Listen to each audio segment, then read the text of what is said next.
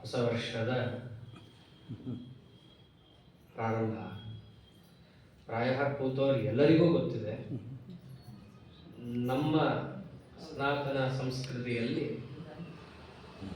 ಹೊಸ ವರ್ಷ ಅನ್ನೋದು ಬರೋದು ಬೇರೆ. ಪ್ರಚಲಿತ ಪದ್ಧತಿಯಂತೆ ನಾವು ಹೊಸತನ ಅನ್ನೋದನ್ನು ಈಗ ಕಾಣ್ತಾ ಇರ್ತೀವಿ. ಪ್ರಾಯ ಎಲ್ಲರಿಗೂ ಗೊತ್ತಿರುವಂತಹ ಅಂಶವೇ. ಆದರೂ ನಮ್ಮ ಪದ್ಧತಿಯಲ್ಲಿ ಹೊಸತನ ಅನ್ನೋದನ್ನು ಯಾವ ರೀತಿ ನೋಡಿದ್ದೀವಿ? ಇಂಥ ದಿನ ಬರಬೇಕು, ಅಂಥ ದಿನ ಬಂದಾಗಲೇ ಒಂದು ಒಳ್ಳೆ ಮುಹೂರ್ತ ಇರುತ್ತೆ, ಅವತ್ತು ನಾವು ಪ್ರಾರಂಭ ಮಾಡ್ತೀವಿ ಅನ್ನೋದಕ್ಕಿಂತ ಇಂದಿನ ದಿನವೇ ಶುಭ ದಿನವು, ಇಂದಿನ ವಾರ ಶುಭವಾರ ಅಂತ ಹೋಗೋದು ನಮ್ಮ ಪದ್ಧತಿ. ಹೊಸತನಕ್ಕೆ ಒಂದು ದಿವಸಕ್ಕಾಗಿ ನಾವು ಕಾಯೋರಲ್ಲ. ಇಷ್ಟು ದಿವಸ ನಾವೇನಾದರೂ ತಪ್ಪು ಮಾಡಿದ್ವಿ ಅಥವಾ ಏನಾದರೂ ಒಂದು ಒಳ್ಳೆಯ ಕೆಲಸ ಅತ್ಯವಶ್ಯಕವಾದದ್ದು ನಾವು ಮಾಡಬೇಕಾದದ್ದಿದೆ ಅಂತಂದಾಗ ಅವತ್ತು ಬರುತ್ತೆ, ಅವತ್ತು ನಾವು ತಿದ್ಕೊಳ್ಳೋಣಂತೆ, ಅಲ್ಲಿ ತನಕ ಮಾಡೋದು ಬೇಡ ಅನ್ನೋದಕ್ಕೆ ನಾವೇನು ಕಾಯೋದು ಇಲ್ಲ. ಅದು ಒಂದು ಪದ್ಧತಿ ಇದೆ, ಒಳ್ಳೆ ಮುಹೂರ್ತದಲ್ಲಿ ಒಳ್ಳೆ ಕೆಲಸ ಮಾಡೋದು ಅಂತ ಹೇಳಿ. ಆದರೆ ತತ್ವಜ್ಞಾನ ಸಂಪಾದನೆ ಅನ್ನೋದು ಬಂದಾಗ ಎಲ್ಲದರ ಮಧ್ಯದಲ್ಲಿ ಇದಕ್ಕೆ ನಾವೇನೂ ಕೂಡ ಹೆಚ್ಚು ಕಾಲವನ್ನು ನೋಡೋ ಅವಶ್ಯಕತೆ ಇಲ್ಲ. ಕತ್ತಲೆಯಲ್ಲಿ ಕೂತಾಗ ನಮ್ಮ ಆಚಾರ್ಯ ಹೇಳೋ ಮಾತಿದು, ಕತ್ತಲೆಯಲ್ಲಿ ಕೂತಿರ್ತೀವಿ, ಲೈಟ್ ಹಾಕಬೇಕಂದ್ರೆ ಮುಹೂರ್ತ ನೋಡೋಕ್ಕಾಗತ್ತಾ ಅಂತ ಕೇಳೋದು ಬೇಕಿಲ್ಲ. ಹಾಗೆ ಜ್ಞಾನ ಅನ್ನೋದು, ಪ್ರಕಾಶ ಅನ್ನೋದು ಎಲ್ಲ ಜಗತ್ತಿಗೂ ಗೊತ್ತಿರುವ ವಿಷಯ. ಅಂತಹ ತತ್ವಜ್ಞಾನ ಪ್ರಕಾಶ ಪಡೆಯೋದಕ್ಕೋಸ್ಕರವಾಗಿ ನಾವು ಹೊರಟಾಗ ಯಾವತ್ತು ಶುರು ಮಾಡ್ತೀವೋ ಅವತ್ತೇ ನಮಗೆ ಮಂಗಳಕರ ದಿವಸ. ಅಂತಹ ತತ್ವಜ್ಞಾನವನ್ನು ಕೊಡುವ ಗ್ರಂಥ ರಾಶಿಗಳಲ್ಲಿ ಅತ್ಯುತ್ತಮವಾದ ಮಹೋನ್ನತವಾದ ಗ್ರಂಥ ಅಂತಂದ್ರೆ ಅದು ಶ್ರೀಮನ್ ಮಹಾಭಾರತ. 4 ವೇದಗಳು ಅಂತ ಎಲ್ಲರೂ ಕೇಳಿರೋದು, ಈಗ ಅದನ್ನೇ ಹೇಳಿದ್ರು. ಮಹಾಭಾರತ ಉತ್ತಮ ಗ್ರಂಥ. ಯಾಕೆ ಉತ್ತಮ ಗ್ರಂಥ? ಆಚಾರ್ಯರು ಗೀತಾ ತಾತ್ಪರ್ಯದ ಅವತರಣಿಕೆಯ ಉಪೋದ್ಘಾತದಲ್ಲೇ ತಿಳಿಸ್ತಾರೆ, ಮಹಾಭಾರತದ ಹಿರಿಮೆ ಏನಿದೆ. ಪಂಚಮ ವೇದ ಮಹಾಭಾರತ, ಋಕ್, ಯಜುಸ್, ಸಾಮ, ಅಥರ್ವ, 4 ವೇದಗಳು ಗೊತ್ತಿದೆ ನಮಗೆ. ಆದರೆ ಆಚಾರ್ಯರಂದ್ರು ಇತಿಹಾಸ ಪುರಾಣ ಪಂಚಮೋ ವೇದಾನಾಂ ವೇದ. ಇತಿಹಾಸ ಪುರಾಣಗಳು 5ನೇ ವೇದ. ಒಂದು ಅರ್ಥದಲ್ಲಿ ಎಲ್ಲದಕ್ಕಿಂತಲೂ ಮಿಗಿಲು. ಕಾರಣ ಈ ಮಹಾಭಾರತದಲ್ಲಿ ಅಲ್ಲೇ ಹೇಳ್ತಾರೆ, ಯದಿಹಾಸ್ತಿ ತದನ್ಯತ್ರ ಎನ್ನೇಹಾಸ್ತಿ ನತತ್ ಕ್ವಚಿತ್. ಇಲ್ಲಿ ಇಲ್ಲದೇ ಇರೋ ವಿಷಯ ಬೇರೆ ಎಲ್ಲೂ ಸಿಗೋದಿಲ್ಲ. ಒಂದು ವೇಳೆ ನಿಮ್ಗೆ ಎಲ್ಲಾದರೂ ಬೇರೆ ಕಡೆ ಸಿಗೋದಾದ್ರೆ ಅದೆಲ್ಲವೂ ಇಲ್ಲಿ ಸಿಕ್ಕೇ ಸಿಗುತ್ತೆ. ಇದನ್ನ ಬರೆದವನು ಯಾರು? ಕೋಕ್ಯನ್ಯ ಪುಂಡರೀಕಾಕ್ಷಾನ್ ಮಹಾಭಾರತ ಕೃತ್ ಭವೇ. ಸರ್ವಜ್ಞ ಶಿಖಾಮಣಿ ವೇದವ್ಯಾಸ ದೇವರು ಬರೆದ ಗ್ರಂಥ. ಎಲ್ಲಾ ವೇದಗಳಲ್ಲಿ ಏನು ಹೇಳಿದೆಯೋ ಅದಷ್ಟು ಮಹಾಭಾರತದಲ್ಲಿ ಇದೆ. ಅಷ್ಟೇ ಅಲ್ಲ, ವೇದಗಳಲ್ಲಿರದ ಕೇವಲ ಪರಮಾತ್ಮನ ಬುದ್ಧಿಯಲ್ಲಿ ಮಾತ್ರ ಇರುವ ವಿಷಯವೂ ಮಹಾಭಾರತದಲ್ಲಿದೆ. ಮಹಾಭಾರತದ ಹಿರಿಮೆ ಇದೊಂದು ಕಾರಣ. ವೇದಗಳು ಪರಮಾತ್ಮನ ಬುದ್ಧಿಯಲ್ಲಿ ಏನಿದೆ ಅನ್ನೋದನ್ನು ಹೇಳಕ್ಕಾಗಲ್ಲ, ಪರಮಾತ್ಮನನ್ನು ತಿಳಿಸ್ಕೊಡ್ಬಹುದಷ್ಟೇ. ಹೀಗಿದ್ದಾನೆ ದೇವರು, ದೇವರು ಸರ್ವಜ್ಞ ಇದ್ದಾನೆ, ಅವನು ಜ್ಞಾನಪೂರ್ಣವಾಗಿದೆ. ಜ್ಞಾನಪೂರ್ಣವಾಗಿದೆ, ಆದರೆ ಆ ಜ್ಞಾನ ಏನನ್ನು ಗ್ರಹಿಸಿದೆ, ಯಾವುದರ ಬಗ್ಗೆ ಇದೆ, ಇದನ್ನ ವೇದಗಳ ಪೂರ್ಣ ಹೇಳಲಿಕ್ಕಾಗಲ್ಲ. ಅದನ್ನು ಹೇಳಬೇಕಾದವನು ಅವನೊಬ್ಬನೇ. ಅವನೇ ಬಂದು ಜಗತ್ತಿಗೆ ತತ್ವಜ್ಞಾನ ಕೊಡೋದಕ್ಕೋಸ್ಕರವಾಗಿಯೇನೆ, ಯಾತಕ್ಕೆ? ಕಾರುಣ್ಯದಿಂದ. ಜಗತ್ತಿಗೆ ತತ್ವಜ್ಞಾನ ಸಿಗಲಿ ಅಂತ ಪರಮಾತ್ಮನಿಗಿರುವ ವಿಶೇಷವಾದ ಕಾಳಜಿ, ಕಾರುಣ್ಯ. ಅದಕ್ಕೋಸ್ಕರವಾಗಿ ತಾನೇ ಬಂದು ಮಹಾಭಾರತವನ್ನು ಬರೆದುಕೊಟ್ಟ. ಅದು ಎಲ್ಲರಿಗೋಸ್ಕರ ಬರೆದುಕೊಟ್ಟ, ಇಂಥವ್ರು ಅಂತಲ್ಲ. ಪ್ರತಿಯೊಬ್ಬರೂ ಕೇಳಬೇಕಾದ, ಪ್ರತಿಯೊಬ್ಬರೂ ಕೇಳಬಹುದಾದ, ತಿಳಿದುಕೊಳ್ಳಬಹುದಾದ ಸರ್ವಾರ್ಥಭೂಷಿತವಾದ ಗ್ರಂಥ. ಅದಕ್ಕೆ ಹಿರಿಮೆ ಜಾಸ್ತಿ. ಅಷ್ಟೇ ಅಲ್ಲ, ಮಹತ್ವಾತ್ ಭಾರವತ್ವಾಚ್ಚ ಮಹಾಭಾರತ ಮುಚ್ಚತೆ. ಮಹಾಭಾರತ ಅಂದ್ರೆ ಏನು ಮೊದಲಿಗೆ ಅಂತ ತಿಳಿಸ್ತಾರೆ. ಮಹತ್ವಾತ್ ಅದಕ್ಕೆ ಬಹಳ ಮಹತ್ವ ಇದೆ. ಭಾರವತ್ವಾತ್ ತುಂಬಾ ಭಾರ ಇದೆ ಅದು. ಒಂದು ರೀತಿಯಲ್ಲಿ ಹೌದು, ಈ 4 ವೇದಗಳನ್ನ ಒಂದು ಕಡೆ ಇಟ್ಟು ಮಹಾಭಾರತವನ್ನು ಇನ್ನೊಂದು ಕಡೆ ಇಟ್ಟರೆ ಅತ್ಯರಿಕ್ಷತ ಭಾರತದ ಪೇಜ್ ಲೆಕ್ಕದಲ್ಲೇ ಜಾಸ್ತಿ ನೋಡಕ್ಕೆ. ಇನ್ನು ಗ್ರಂಥಗಳ ಸಂಖ್ಯೆಯಲ್ಲೂ ಮಹಾಭಾರತ ಬಹಳ ದೊಡ್ಡದು, 1,00,000 ಶ್ಲೋಕ ಅಂತ, ಅಷ್ಟು ದೊಡ್ಡ ಗ್ರಂಥ. ಇನ್ನೊಂದು ಅರ್ಥದಲ್ಲಿ ಹಿಂದೆನೇ ಹೇಳಿದಂತೆ ಜ್ಞಾನದ ದೃಷ್ಟಿಯಿಂದಲೂ ಕೂಡ ಅದರಲ್ಲಿ ಹಿರಿಮೆ ಹೆಚ್ಚು. ಅದಕ್ಕೆ ಮಹತ್ವ ಭಾರವತ್ವಾಚ, ಮಹತ್ವ ಹೆಚ್ಚಿದೆ, ಜ್ಞಾನದ ಭಾರ ಹೆಚ್ಚಿದೆ. ಆದ್ದರಿಂದ ಇದಕ್ಕೆ ಏನಂತ ಕರೀತಾರೆ? ಮಹಾಭಾರತ ಅಂತ ಕರೀತಾರೆ. ಅಷ್ಟೇ ಅಲ್ಲ, ನಿರುಕ್ತಮಸ್ಯ ಯೋ ವೇದ ಸರ್ವ ಪಾಪೈ ಪ್ರಮುಚ್ಯತೆ. ಮಹಾಭಾರತ ಅಂತ ಶಬ್ದವನ್ನು ನಾವು ಆಡುವಾಗ ಯಾವ ಹಿನ್ನೆಲೆಯಲ್ಲಿ ಈ ಶಬ್ದ ಬಂದಿದೆ ಅಂತ ತಿಳ್ಕೊಂಡು ಆ ಶಬ್ದ ಆಡಿದ್ರು ಸಾಕು, ನಮ್ಮ ಪಾಪ ಪರಿಹಾರ ಆಗುತ್ತೆ ಅಂತ ಹೇಳ್ತಾರೆ. ಇಷ್ಟು ಉತ್ತಮವಾದ ಮಹಾಭಾರತವನ್ನು ವೇದವ್ಯಾಸ ದೇವರು ನಿರ್ಮಾಣ ಮಾಡಿ ಜಗತ್ತಿಗೆ ಕೊಟ್ಟಿದ್ದು ತತ್ವಜ್ಞಾನ ಸಿಗಲಿ ಎನ್ನುವ ಉದ್ದೇಶದಿಂದ. ಆದರೆ ಜಗತ್ ಅರ್ಥ ಮಾಡಿಕೊಂಡಿದ್ದೇನು ಮಹಾಭಾರತವನ್ನು? ಅಣ್ಣ ತಮ್ಮಂದರ ಜಗಳ. ಇದನ್ನ ಈಗಿನ ಕಾಲದವರು ಮಾತಾಡೋದಲ್ಲ. ಆಗ ವಿದುರರೇ ತೀರ್ಥಯಾತ್ರೆಗೆ ಹೋದಾಗ ಯುದ್ಧವನ್ನು ನೋಡ್ಲಾರ್ದೆ ಮೈತ್ರೇಯರು ಸಿಕ್ಕು ಕಡೆಗೆ ಅವ್ರ ಎದುರಿಗೆ ಮಾತಾಡಬೇಕಾದಂತಾರೆ. ಯಸ್ಮಿನ್ ನೃಣಾಂ ಗ್ರಾಮ್ಯ ಸುಖಾನುವಾದೆ ಮತಿರ್ಗೃಹೀತ ನಹರೇ ಕಥಾಯಾಮ್. ಮಹಾಭಾರತವನ್ನ ಬರಕೊಟ್ಟ ಪರಮಾತ್ಮ ಮುನಿರ್ವಿವಕ್ಷು ಭಗವದ್ಗುಣಾನ. ಆಗ ಮಹಾಭಾರತ ಹೊರಟಿದ್ದು ಒಂದೇ ಒಂದು ಉದ್ದೇಶದಿಂದ, ಭಗವದ್ಗುಣಾನಾಂ ವಿವಕ್ಷು, ಶ್ರೀಹರಿಯ ಗುಣಗಳನ್ನ ಜಗತ್ತಿಗೆ ತಿಳಿಸೋದಕ್ಕೋಸ್ಕರವೇ ಬಂದ ಗ್ರಂಥ. ಆದ್ರೆ ಜನ ಅರ್ಥ ಮಾಡ್ಕೊಂಡಿದ್ದೇನು? ಯಸ್ಮಿನ್ ಗ್ರಾಮ್ಯ ಸುಖಾನುವಾದೆ ಮತಿ ಗೃಹೀತ. ಅಣ್ಣ ತಮ್ಮಂತರಂತೆ, ಅವರಿಬ್ಬರು ಮಧ್ಯೆ ಜಗಳ ಬಂತಂತೆ, ಒಬ್ರು ಹೊಡೆದಾಡಿದ್ರು, ಒಬ್ರು ಗೆದ್ರು, ಒಬ್ರು ಸೋತರು. ಇಷ್ಟೇ ತಾನೇ ಮಹಾಭಾರತ ಅಂತಂದ್ರೆ.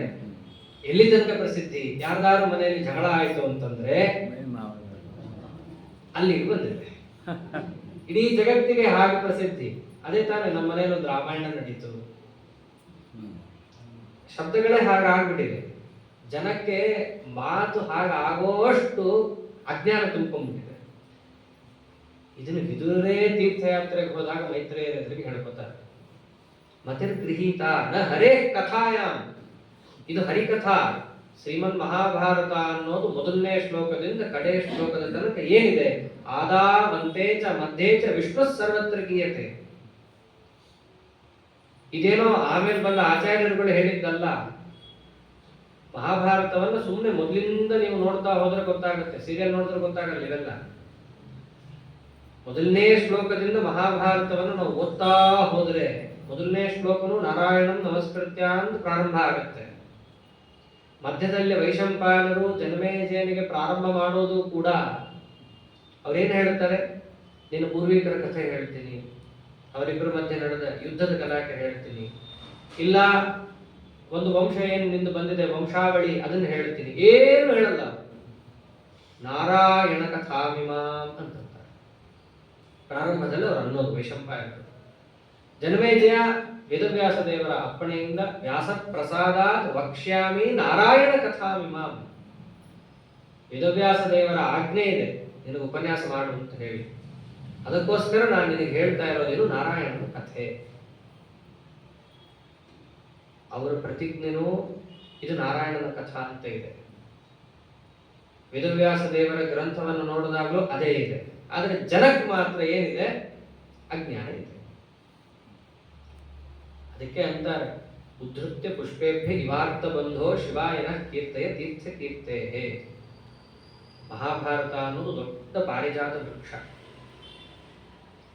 ಹೂಗಳು ಬಹಳ ಬಿಡುತ್ತೆ ಪಾರಿಜಾತದಲ್ಲಿ. ಬೇರೆ ಗಿಡಕ್ಕಿಂತಲೂ ಹೆಚ್ಚು ಹೂ ಬಿಡೋದು ಪಾರಿಜಾತದಲ್ಲಿ. ಅಷ್ಟು ಪರಮಾತ್ಮನ ಗುಣಗಳನ್ನು ತುಂಬಿಟ್ಟಿದ್ದಾನೆ ಈ ಮಹಾಭಾರತದಲ್ಲಿ ಪರಮಾತ್ಮ. ಆದ್ರೆ ಅದೇ ಪಾರಿಜಾತ ವೃಕ್ಷದ ಹೂವನ್ನ ತಗೊಂಡು ಜೇನುತುಪ್ಪ ಮಾಡ್ರಿ ಅಂತ ನಾವು ಕೊಟ್ಟು ನಮಗೆ ಮಾಡ್ಲಿಕ್ಕೆ ಬರಲ್ಲ. ಹಾಗೆ ಆ ಪಾರಿಜಾತ ಹೂವಿನಿಂದ ಮಕರಂದವನ್ನ ತೆಗೆದು, ಪಾರಿಜಾತ ಬಹಳ ಮೃದು, ಈ ಸೇವಂತಿಗೆ ಎಲ್ಲ ಬಹಳ ಗಟ್ಟಿ, ಹೇಗೆ ಮುಟ್ಟಿದ್ರು ತಡ್ಕೊಳ್ಳುತ್ತೆ. ಪಾರಿಜಾತ ಬಹಳ ಸೂಕ್ಷ್ಮ, ಚೂರಿನಾರು ಮುಟ್ಟಿದ್ರು ಸಾಕದು ಬಾಡೆ ಹೋಗ್ಬಿಡುತ್ತೆ. ಅಂಥ ಪಾರಿಜಾತವನ್ನು ಕೂಡ ಏನೂ ಮಾಡದೆ ಅದರಲ್ಲಿರುವ ಮಕರಂದವನ್ನು ಹೀರಿ ಜಗತ್ತಿಗೆ ಕೊಡುವಂತಹ ಸಾಮರ್ಥ್ಯ ಯಾರಿಗಿದೆ? ಅದು ದೊಡ್ಡ ದೊಡ್ಡ ಜ್ಞಾನಿಗಳಿಗಿದೆ. ಮಹಾಭಾರತಕ್ಕೆ ಅಪಚಾರ ಮಾಡಬಾರ್ದು. ಈಗೇನೇ ಹೇಳಿದ್ವಲ್ಲ, ಮಹಾಭಾರತವನ್ನು ಹೆಂಗೆ ಅಪಚಾರ ಮಾಡಿಕೊಂಡು ಆಗೋಗಿದೆ ನಮ್ಮ ಜೀವನದಲ್ಲಿ. ಹೆಸರು ಹೇಳಿದ್ರೇನೆ ಅಷ್ಟು ಪುಣ್ಯ ಇದೆ, ಆದ್ರೆ ನಾವು ಆ ಹೆಸರನ್ನ ಬಳಸೋದೇ ಬೇರೆ ಅರ್ಥದಲ್ಲಿ. ಹಾಗೆ ಇಂತಹ ಮಹಾಭಾರತಕ್ಕೆ ಯಾವ ಅಪಚಾರವೂ ಆಗದೆ ಅಲ್ಲಿ ಬಂದ ಪ್ರಮೇಯಗಳನ್ನ ತೆಗೆದು ನಮ್ಮ ಮನಸ್ಸಿನಲ್ಲಿ ಧಾರಣೆ ಮಾಡೋದು. ಅದೇ ಜೇನುತುಪ್ಪವನ್ನು ತಗೊಂಡಂತೆ ಅದನ್ನು ತೆಕ್ಕೊಡಬೇಕು. ಜ್ಞಾನಿಗಳಿಗೆ ಸಾಧ್ಯ. ಮಹಾಭಾರತ ಬಹಳ ಗಡಚು, ಎರಡರ್ಥದಲ್ಲಿ. ಸುಮ್ಮನೆ ಸಂಸ್ಕೃತ ಬಂದವರೆಲ್ಲ ಮಹಾಭಾರತ ಓದ್ತೀವಿ ಅಂತ ಹೋದ್ರೆ ಬಹಳ ಕಷ್ಟ ಇದೆ. ಮಹಾಭಾರತಕ್ಕೆ ಆದ ಉಪಕಾರಕ್ಕಿಂತ ಆದ ಅಪಚಾರನೇ ಹೆಚ್ಚು. ಆಚಾರ್ಯರೇ ಬರೀತಾರೆ ಇದನ್ನ. ಮಹಾಭಾರತ ತಾತ್ಪರ್ಯ ನಿರ್ಣಯದಲ್ಲಿ ಹೇಳಬೇಕಾದ್ರೆ, ಕ್ವಚಿತ್ ಗ್ರಂಥಾನ್ ಪ್ರಕ್ಷಿಪಂತಿ ಕ್ವಚಿತ್ ಅಂತರಿತಾನಪಿ ಕುರ್ಯು ಕ್ವಚಿತ್ ವ್ಯತ್ಯಾಸಂ ಪ್ರಮಾದಾತ್ ಕ್ವಚಿತ್ ಅನ್ಯಥಾ. ಎಲ್ಲೋ ಒಂದ್ ಕಡೆ ತಮ್ಗೆ ಇಷ್ಟ ಆಗದಿರೋ ಭಾಗ ಬಂದ್ಬಿಡ್ತು, ಕಿತ್ತೆ ಹಾಕ್ಬಿಟ್ರು ಅದನ್ನ. ಕ್ವಚಿತ್ ಅಂತರಿತಾನಪಿ ಸೇರಿಸ್ಬಿಡ್ತಾರೆ ಎಷ್ಟೋ ಕಡೆ ಬರೆದು. ಇನ್ನು ಕೆಲವು ಕಡೆ ಕುರಿಯು ಕ್ವಚಿತ್ ವ್ಯತ್ಯಾಸಂ, ಆರ್ಡರ್ ಸೀಕ್ವೆನ್ಸ್ ಬದಲಾಯಿಸ್ಬಿಡ್ತಾರೆ. ಇದನ್ನ ಬೇಕಂತ ಕೆಲವರು ಮಾಡ್ತಾರೆ, ಕೆಲವರು ಗೊತ್ತಿಲ್ಲದೆ ಮಾಡ್ಬಿಡ್ತಾರೆ. ಹೀಗೆಲ್ಲ ಮಹಾಭಾರತದ ವ್ಯತ್ಯಾಸಗಳಾಗೋಗಿದೆ. ಅದಕ್ಕೆ ಆಚಾರ್ಯರು ಏನ್ ಮಾಡಿದ್ದು, ಮಹಾಭಾರತವನ್ನ ಮೊದಲು ಸರಿಯಾಗಿ ಸಂಶೋಧನೆ ಮಾಡಿಕೊಟ್ರು. ಈಗೇನು ನಾವು ರಿಸರ್ಚ್ ಅಂತೀವಲ್ಲ, ಸರಿಯಾದ ಗ್ರಂಥವನ್ನ ಎಡಿಟಿಂಗ್, ಮೊದಲು ಯಾವುದು, ಕಡೆ ಯಾವುದು, ಮಧ್ಯ ಯಾವುದು, ಸರಿಯಾದ ಮಹಾಭಾರತದ ಮೊದಲನೇ ಶ್ಲೋಕದಿಂದ ಕಡೆ ಶ್ಲೋಕ ತನಕ ಏನಿದೆ. ಅವರಂತಾರೆ ದೇಶೇ ದೇಶೇ ತಥಾಗತ್ವ. ಒಂದೊಂದು ದೇಶಕ್ಕೂ ಹೋದೆ ನಾನು, ಅಲ್ಲೆಲ್ಲಾ ಕಡೆಯನ್ನು ತೆಗೆಸಿದೆ. ಮಹಾಭಾರತವನ್ನ ನಾನು ತೆಗೆಸಿ ನೋಡಿ ನಾನು ಮಹಾಭಾರತ ತಾತ್ಪರ್ಯ ನಿರ್ಣಯವನ್ನು ಬರದೆ ಅಂತಂತಾರೆ ಆಚಾರ್ಯರು.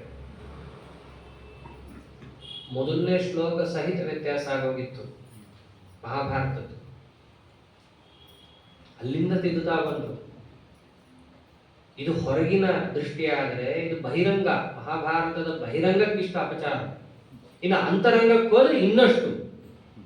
ಒಂದೊಂದು ಪಾತ್ರದ ಚಿತ್ರಣವನ್ನೇ ತಪ್ಪಾಗಿ ಮಾಡಿಕೊಟ್ಟಿದ್ದಾರೆ. ಕೃಷ್ಣ ಸರ್ವೋತ್ತಮ ವಸ್ತು, ಅದರ ಬಗ್ಗೆಯೂ ತಪ್ಪು. ಅದರಂತೆ ಉಳಿದ ಎಲ್ಲಾ ಪಾತ್ರಗಳ ಬಗ್ಗೆಯೂ ತಪ್ಪಾದ ಚಿತ್ರಣ ಕೊಟ್ಟಿದೆ. ಹರಿಭಕ್ತರೇ, ಪರಮಾತ್ಮನ ವಿಶಿಷ್ಟವಾದ ಸೇವಾ ಮಾಡಿದವರೇ ದೈವವಶಾತ್, ಕಾಲವಶಾತ್, ಕರ್ಮವಶಾತ್, ಶಾಪವಶಾತ್ ದುರ್ಜನರ ಪಕ್ಷದಲ್ಲಿ ನಿಲ್ಬೇಕಾಗಿ ಬರುತ್ತೆ. ಅಂಥವರನ್ನ ಹೇಗೆ ಯಾವ ಕಾಲದಲ್ಲಿ ಚಿತ್ರಿಸಬೇಕು ಅನ್ನೋದನ್ನೂ ಮರೆತು, ಅಥವಾ ದುಷ್ಟ ಪಕ್ಷದಲ್ಲೇ ಸ್ಥಿರವಾಗಿ ಇರ್ತಾರೆ,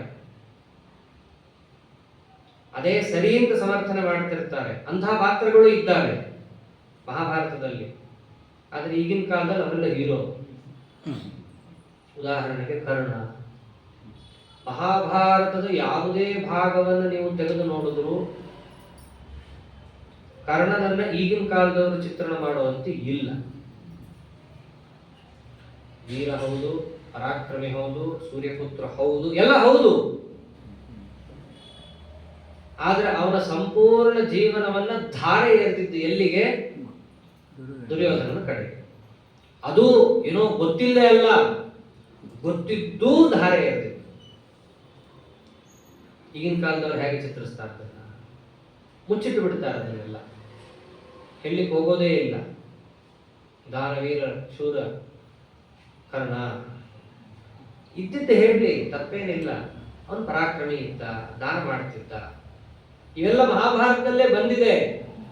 ಅವನ ದಾನ ಎಷ್ಟು ಮಾಡ್ತಿದ್ದ, ದಾನಕ್ಕೆ ಮಹತ್ವ ಏನು, ಈ ಕಥೆಗಳಿಗೆ ರೆಕ್ಕೆ ಪುಕ್ಕದಂತೆ ಅವರವರೇ ಕಥೆಗಳು ಬರೆದು ಬಿಡ್ತಾರೆ ಎಷ್ಟೋ ಜನ. ಅಕ್ಬರ್ ಬೀರ್ಬಲ್ ಕಥೆಗಳು ಅಂತ ಬರುತ್ತೆ, ಅದು ಎಲ್ಲಿಂದ ಬರುತ್ತೆ ಗೊತ್ತಿಲ್ಲ. ವಿಕ್ರಮ್ ಬೇತಾಳ್ ಒಂದು ಕಥೆ, ತನ್ನ ತಲೆಗೇನೋ ಒಂದು ಚಮತ್ಕಾರಿಯಾದ ವಿಷಯ ಹೊಡೆದಿರುತ್ತೆ, ಅದನ್ನ ಬೇತಾಳದ ಬಾಯಿಂದಲೂ ವಿಕ್ರಮನ ಬಾಯಿಂದಲೂ ಹೇಳಿಸ್ಬಿಡ್ತಾರೆ. ಇನ್ನೊಂದು 100 ವರ್ಷ ಆದ್ಮೇಲೆ ಅದೇ ವಿಕ್ರಮ್ ಬೇತಾಳ ಕಥೆ ಆಗೋಗುತ್ತೆ. ಮಹಾಭಾರತ ಯಾವಾಗಿಂದ ಬಂದಿದೆ, ಈಗ ಅದರ ಹಣೆ ಬಾರಿ ಏನಾಗಿರ್ಬೋದು. ಇದರಂತೆ ಆ ಭಾರತ ಈ ಭಾರತ ಎಷ್ಟೋ ಭಾರತಗಳು ತಮ್ಮ ತಮ್ಮ ದೃಷ್ಟಿಯಲ್ಲಿ ಕವಿಗಳು ಬರೆದ ಆಗೋಗಿದೆ. ಇದರಿಂದ ಏನಾಯಿತು, ಮೂಲ ಭಾರತದ ಅಂತರಂಗದ ಪಾತ್ರಗಳ ಚಿತ್ರಣಕ್ಕೆ ಧಕ್ಕೆ ಆಯಿತು. ಅವ್ರು ಬರೆಯೋದಕ್ಕೆ ಅವ್ರಿಗೆ ಏನ್ ಬೇಕೋ, ಅವ್ರ ತಲೆಗೆ ಏನು ಹೊಡೆದಿರುತ್ತೋ, ಅವ್ರಿಗೆ ಪರಮಾತ್ಮ ಏನು ಪ್ರೇರಣೆ ಮಾಡಿರ್ತಾನೋ ಅವ್ರು ಬರೀಲಿ. ಆದ್ರೆ ಇದೇ ಮಹಾಭಾರತದಲ್ಲಿ ಹೇಳಿದೆ ಅಂತ ಚಿತ್ರಣ ಮಾಡೋದಿದೆಯಲ್ಲ, ಇದು ಅಪಚಾರ. ಆ ರೀತಿಯಾದ ಅನೇಕ ಪಾತ್ರಗಳಿದ್ದಾವೆ. ಅದರಲ್ಲಿ ಒಂದು ಪ್ರಧಾನವಾದ ಪಾತ್ರ ಅಂತಂದ್ರೆ ಈ ಉಪನ್ಯಾಸಕ್ಕೆ ವಿಷಯವಾದಂತಹ ಭೀಷ್ಮ ಪಾತ್ರ. ಒಂದು ಪರ್ವನೇ ಈ ಪಾತ್ರಕ್ಕೆ ಮೀಸಲಿದೆ, ಹೆಸರಿದೆ, ಇವರ ಹೆಸರು ಪರ್ವ, ಭೀಷ್ಮ ಪರ್ವ. ಭೀಷ್ಮ ಅಂತಂದ್ರೆ ಈಗಿನ ಕಾಲದವ್ರಿಗೆ ಒಬ್ಬ ಮುದುಕ, ಎಲ್ಲರೂ ಹಾಗೆ ಸ್ಟೇಟ್ಮೆಂಟ್ ಕೊಡ್ತಾರೆ. ಭೀಷ್ಮಂದ್ ಏನಿದೆ ರೀ, ಒಬ್ಬ ಮುದುಕ, ಸದಾ ಧೃತರಾಷ್ಟ್ರನ ಪಕ್ಕದಲ್ಲಿ ನಿಂತು ದುರ್ಯೋಧನನಿಗೋಸ್ಕರವಾಗಿ ಒಟ್ಟೇನೋ ಅನ್ನಕ್ಕೋಸ್ಕರನೋ ಏನೋ ಒಂದು ತಿಂದಿದ್ದೇವೆ ಅನ್ನೋದಕ್ಕೋಸ್ಕರವಾಗಿ ಅವನ ಪಕ್ಕದಲ್ಲಿ ನಿಂತು ಹೋರಾಡಿದವರು. ಅಂತ ಏನು ದೊಡ್ಡ ಪರಾಕ್ರಮಿ ಆಗಿದ್ರೂ ಕೂಡ ಮಹತ್ವ ಇಲ್ಲ. ಮಹತ್ವ ಅರ್ಜುನನಿಗಿದೆ, ಕೃಷ್ಣನಿಗಿದೆ, ಹೌದು ಅವ್ರಿಗೆ ಇದ್ದೇ ಇದೆ, ಇಲ್ಲ ಅಂತ ಯಾರು ಅಂತಿಲ್ಲ. ಆ ಭೀಷ್ಮ ಪಾತ್ರದ ಆಂತರ್ಯ ಏನಿದೆ, ಒಂದು ಪಾತ್ರವಾಗಿ ಅದನ್ನು ನೋಡದೆ ಎಲ್ಲ ದೃಷ್ಟಿಯಿಂದ ನೋಡಬೇಕಾಗುತ್ತೆ. ಭೀಷ್ಮರ ಹೆಸರಲ್ಲಿ ಒಂದು ಪರ್ವ ಇರಬಹುದು, ಆದರೆ ಭೀಷ್ಮರಿಂದಾಗಿಯೇ ಇನ್ನೆರಡು ಪರ್ವ ಬಂದಿದೆ. ಒಂದು ಶಾಂತಿ ಪರ್ವ, ಅನುಶಾಸನ ಪರ್ವ ಅಂತ. ಶಾಂತಿ ಪರ್ವ, ಅನುಶಾಸನ ಪರ್ವ ಭೀಷ್ಮಾಚಾರ್ಯರು ಧರ್ಮರಾಜನಿಗೆ ಮಾಡಿದ ಉಪದೇಶ. ಹಾಗೆ ಬದುಕಬೇಕು, ಮನುಷ್ಯ ಅಂತಾಗಿ ಹುಟ್ಟಿದ ಮೇಲೆ ಹೆಂಗಂದ್ರಂಗೆ ಬದುಕೋದಲ್ಲ. ಧರ್ಮ ಅಂದ್ರೆ ಏನು, ನಿಜವಾಗಿಯೂ ಮಹಾಭಾರತವನ್ನ ಕೇಳೋರು ಕಥೆಗಳೆಲ್ಲ ಕೇಳೇ ಇರ್ತೀರಿ, ಟಿವಿಯಲ್ಲೆಲ್ಲ ನೋಡೇ ಇರ್ತೀರಿ, ಎಲ್ಲೋ ಒಂದಿಷ್ಟು ಆ ಕಡೆ ಈ ಕಡೆ ತಪ್ಪು ತಿಳ್ಕೊಂಡಿರ್ತೀರಿ, ಇದು ತಪ್ಪು ಅಂತ ಕೂಡ ತಿಳ್ಕೊಂಡಿರ್ತೀರಿ. ಆದರೆ ನಿಜವಾಗಿಯೂ ಮಹಾಭಾರತದಲ್ಲಿ ಕೇಳಬೇಕಾದ ಭಾಗಗಳು, ನಮ್ಮ ಜೀವನಕ್ಕೆ ಅಳವಡಿಸಿಕೊಳ್ಳಬಹುದಾದ ಭಾಗಗಳು ಅಂತಂದ್ರೆ ಅದು ಶಾಂತಿ ಪರ್ವ, ಅನುಶಾಸನ ಪರ್ವ. ಹೆಸರೇ ಹೇಳುತ್ತೆ, ಶಾಂತಿ ಅನುಶಾಸನ. ಶಾಸನ ನಮ್ಮ ಜೀವನದಲ್ಲಿ ಹೇಗೆ ಇಟ್ಕೋಬೇಕು, ಅದರಿಂದಾಗಿ ನಮ್ಗೆ ಒದಗುವ ಶಾಂತಿ ಏನು, ಎರಡೂ ಅಲ್ಲೇ ಪರ್ವದಲ್ಲಿ ಅವರು ಉಪದೇಶ ಮಾಡುತ್ತಾರೆ. ಧರ್ಮರಾಜನನ್ನು ಉದ್ದೇಶಿಸಿ ಇಡೀ ಜಗತ್ತಿಗೆ ಜ್ಞಾನ ಧಾರೆಯನ್ನು ಎರೆದ ಮಹಾನುಭಾವರು ಭೀಷ್ಮಾಚಾರ್ಯರು. ಅದಕ್ಕೆ ಮಹತ್ವ ಇದೆ. ಸಾಮಾನ್ಯವಾಗಿ ತರ್ಪಣ ಕೊಡ್ತೀವಿ, ಯಾರಿಗೆ ತರ್ಪಣ ಕೊಡ್ತೀವಿ? ನಮ್ಮನ್ನ ಹಡದ ತಂದೆ ತಾಯಿ, ಆ ವಂಶ, ಕಡೆಗೆ ಏಕೇಚಾಸ್ಮತ್ ಕುಲೇ ಜಾತಃ ಅಂತ ಹೇಳಿ ಅವ್ರಿಗೊಂದಿಷ್ಟು, ಒಟ್ಟು ನಮ್ಮ ವಂಶಕ್ಕೆ ಸಂಬಂಧಪಟ್ಟವರಿಗೆ ತರ್ಪಣ ಕೊಡೋದಿದೆ. ಮಕ್ಕಳಿದ್ರೆ ಅದಕ್ಕೊಂದಿಷ್ಟು ಮಹತ್ವ ಅಂತ ಇದೆ. ಆದ್ರೆ ಭೀಷ್ಮಾಚಾರ್ಯರಿಗೆ ನಾವೆಲ್ಲರೂ ತರ್ಪಣ ಕೊಡ್ತೀವಿ. ಯಾಕೆ? ನಮ್ಮ ವಂಶ ಏನಲ್ಲ, ನಾವೇನು ಕ್ಷತ್ರಿಯರಲ್ಲ, ಎಲ್ಲ ಬಿಡ್ರಿ, ಅವ್ರಿಗೆ ಮಕ್ಕಳೇ ಇಲ್ಲ, ಯಾವ ಸಂಬಂಧವೂ ಇಲ್ಲ ನಮಗೆ ಭೀಷ್ಮಾಚಾರ್ಯರಿಗೆ, ನಾವು ಕೊಡ್ತೀವಿ. ಯಾಕೆ? ಅವ್ರು ನಮ್ಮ ತಂದೆ ಸ್ಥಾನದಲ್ಲಿ ಬರ್ತಾರೆ. ತಂದೆ ಅಂತಂದ್ರೆ ಶಾಸ್ತ್ರದಲ್ಲಿ ಯಾರು? ಜನಿತಾಚ ಉಪನೀತಾಚ ವಿದ್ಯಾದಾತ ತಥೈವಚ ಅನ್ನದಾತ ಭಯತ್ರಾತ ಪಂಚೈತೆ ಪಿತರ ಸ್ಮೃತಾಃ. 5 ಜನ ತಂದೆ ಅಂತ. ಯಾರು? ಜನಿತ, ಎಲ್ಲರಿಗೂ ಗೊತ್ತಿರೋನು, ಯಾರು ನಮ್ಮನ್ನ ಕಳೆದಿರ್ತಾರೋ ಅವರು. ಅದರಂತೆ ಉಪನೀತಾಚ, ಯಾರು ನಮಗೆ ಸರಿಯಾದ ಸಮಯದಲ್ಲಿ ತಿದ್ದಿ ಸಂಸ್ಕಾರ ಕೊಡ್ತಾರೋ ಅವರು, ಅಥವಾ ಉಪನಯನ ಸಂಸ್ಕಾರವನ್ನು ಕೊಟ್ಟವರು. ಉಪನಯನ ಸಂಸ್ಕಾರ ಅಂತಂದ್ರೆ ಅವರನ್ನ ತಿದ್ದಿ ಹುಡುಗನನ್ನ ಇದು ಸರಿಯಾದ ದಾರಿ ಹೋಗು ಅಂತ ಯಾರು ತಳ್ಳುತ್ತಾರಲ್ಲ ಅವರು ತಂದೆ ಸ್ಥಾನಕ್ಕೆ ಬರ್ತಾರೆ. ಅದನ್ನು ಹಡದವರೇ ಮಾಡಿದ್ರೆ ಉತ್ತಮ. ಕೆಲವೊಮ್ಮೆ ಹಡದವ್ರು ಇರಲ್ಲಪ್ಪ ಹುಡುಗರಿಗೆ, ಅವಾಗ ಯಾರೋ ಒಬ್ರು ಅವನಿಗೆ ಇದ್ದು ಜೊತೆಗೆ ಹಿತವನ್ನ ಯಾರು ಅವನಿಗೆ ಹೇಳ್ತಾ ತಪ್ಪು ಮಾಡ್ದ ಕಿವಿ ಹಿಂಡಿ ಇದೇ ದಾರಿ ಹೋಗಿ ಹಿಂಗೆ ಅಂತ ಬೈದು ಹೇಳ್ತಾರಲ್ಲ ಅವರು ತಂದೆ. ಆಮೇಲೆ ವಿದ್ಯಾದಾತ ತಥೈವಚ, ಯಾರು ಅವನಿಗೆ ವಿದ್ಯೆಯನ್ನ ಧಾರೆ ಎರೆದಿರ್ತಾರಲ್ಲ, ವಿದ್ಯೆಯನ್ನ ದಾನ ಮಾಡಿರ್ತಾರಲ್ಲ ಅವರು ತಂದೆ. ಅದರಂತೆ ಅನ್ನದಾತ ನಮಗಿರಲ್ಲ ಹೊಟ್ಟೆಗೆ, ಅವಾಗ ಹಾಕಿರ್ತಾರಲ್ಲ ಹಸಿವೆಯನ್ನು ಯಾರು ನೀಗಿಸಿರ್ತಾರಲ್ಲ ಅವರ ಅಪ್ಪ. ಅದರಂತೆ ಭಯತ್ರಾತ, ಜೀವನದಲ್ಲಿ ಎಷ್ಟೋ ಭಯಗಳು ನಮಗೆ ಬರ್ತಾ ಇರುತ್ತೆ. ಆ ಭಯದಿಂದ ನಾವಿದ್ದೀವಿ, ಏನ್ ತಲೆ ಕೆಡಿಸ್ಕೋಬೇಡ್ರಿ, ನುಗ್ರಿ ಮುಂದೆ ಅಂತ ಹೇಳಿ ನಮ್ಮ ಬೆನ್ನಿಗಿದ್ದವರೆಲ್ಲ ತಂದೆ. ಬಟ್ 5 ತರಹದ ತಂದೆಯ ಸ್ಥಾನದಲ್ಲಿ ಬರೋ ವ್ಯಕ್ತಿಗಳು ಅಂತಿದ್ದಾರೆ ನಮ್ಮ ಜೀವನದಲ್ಲಿ.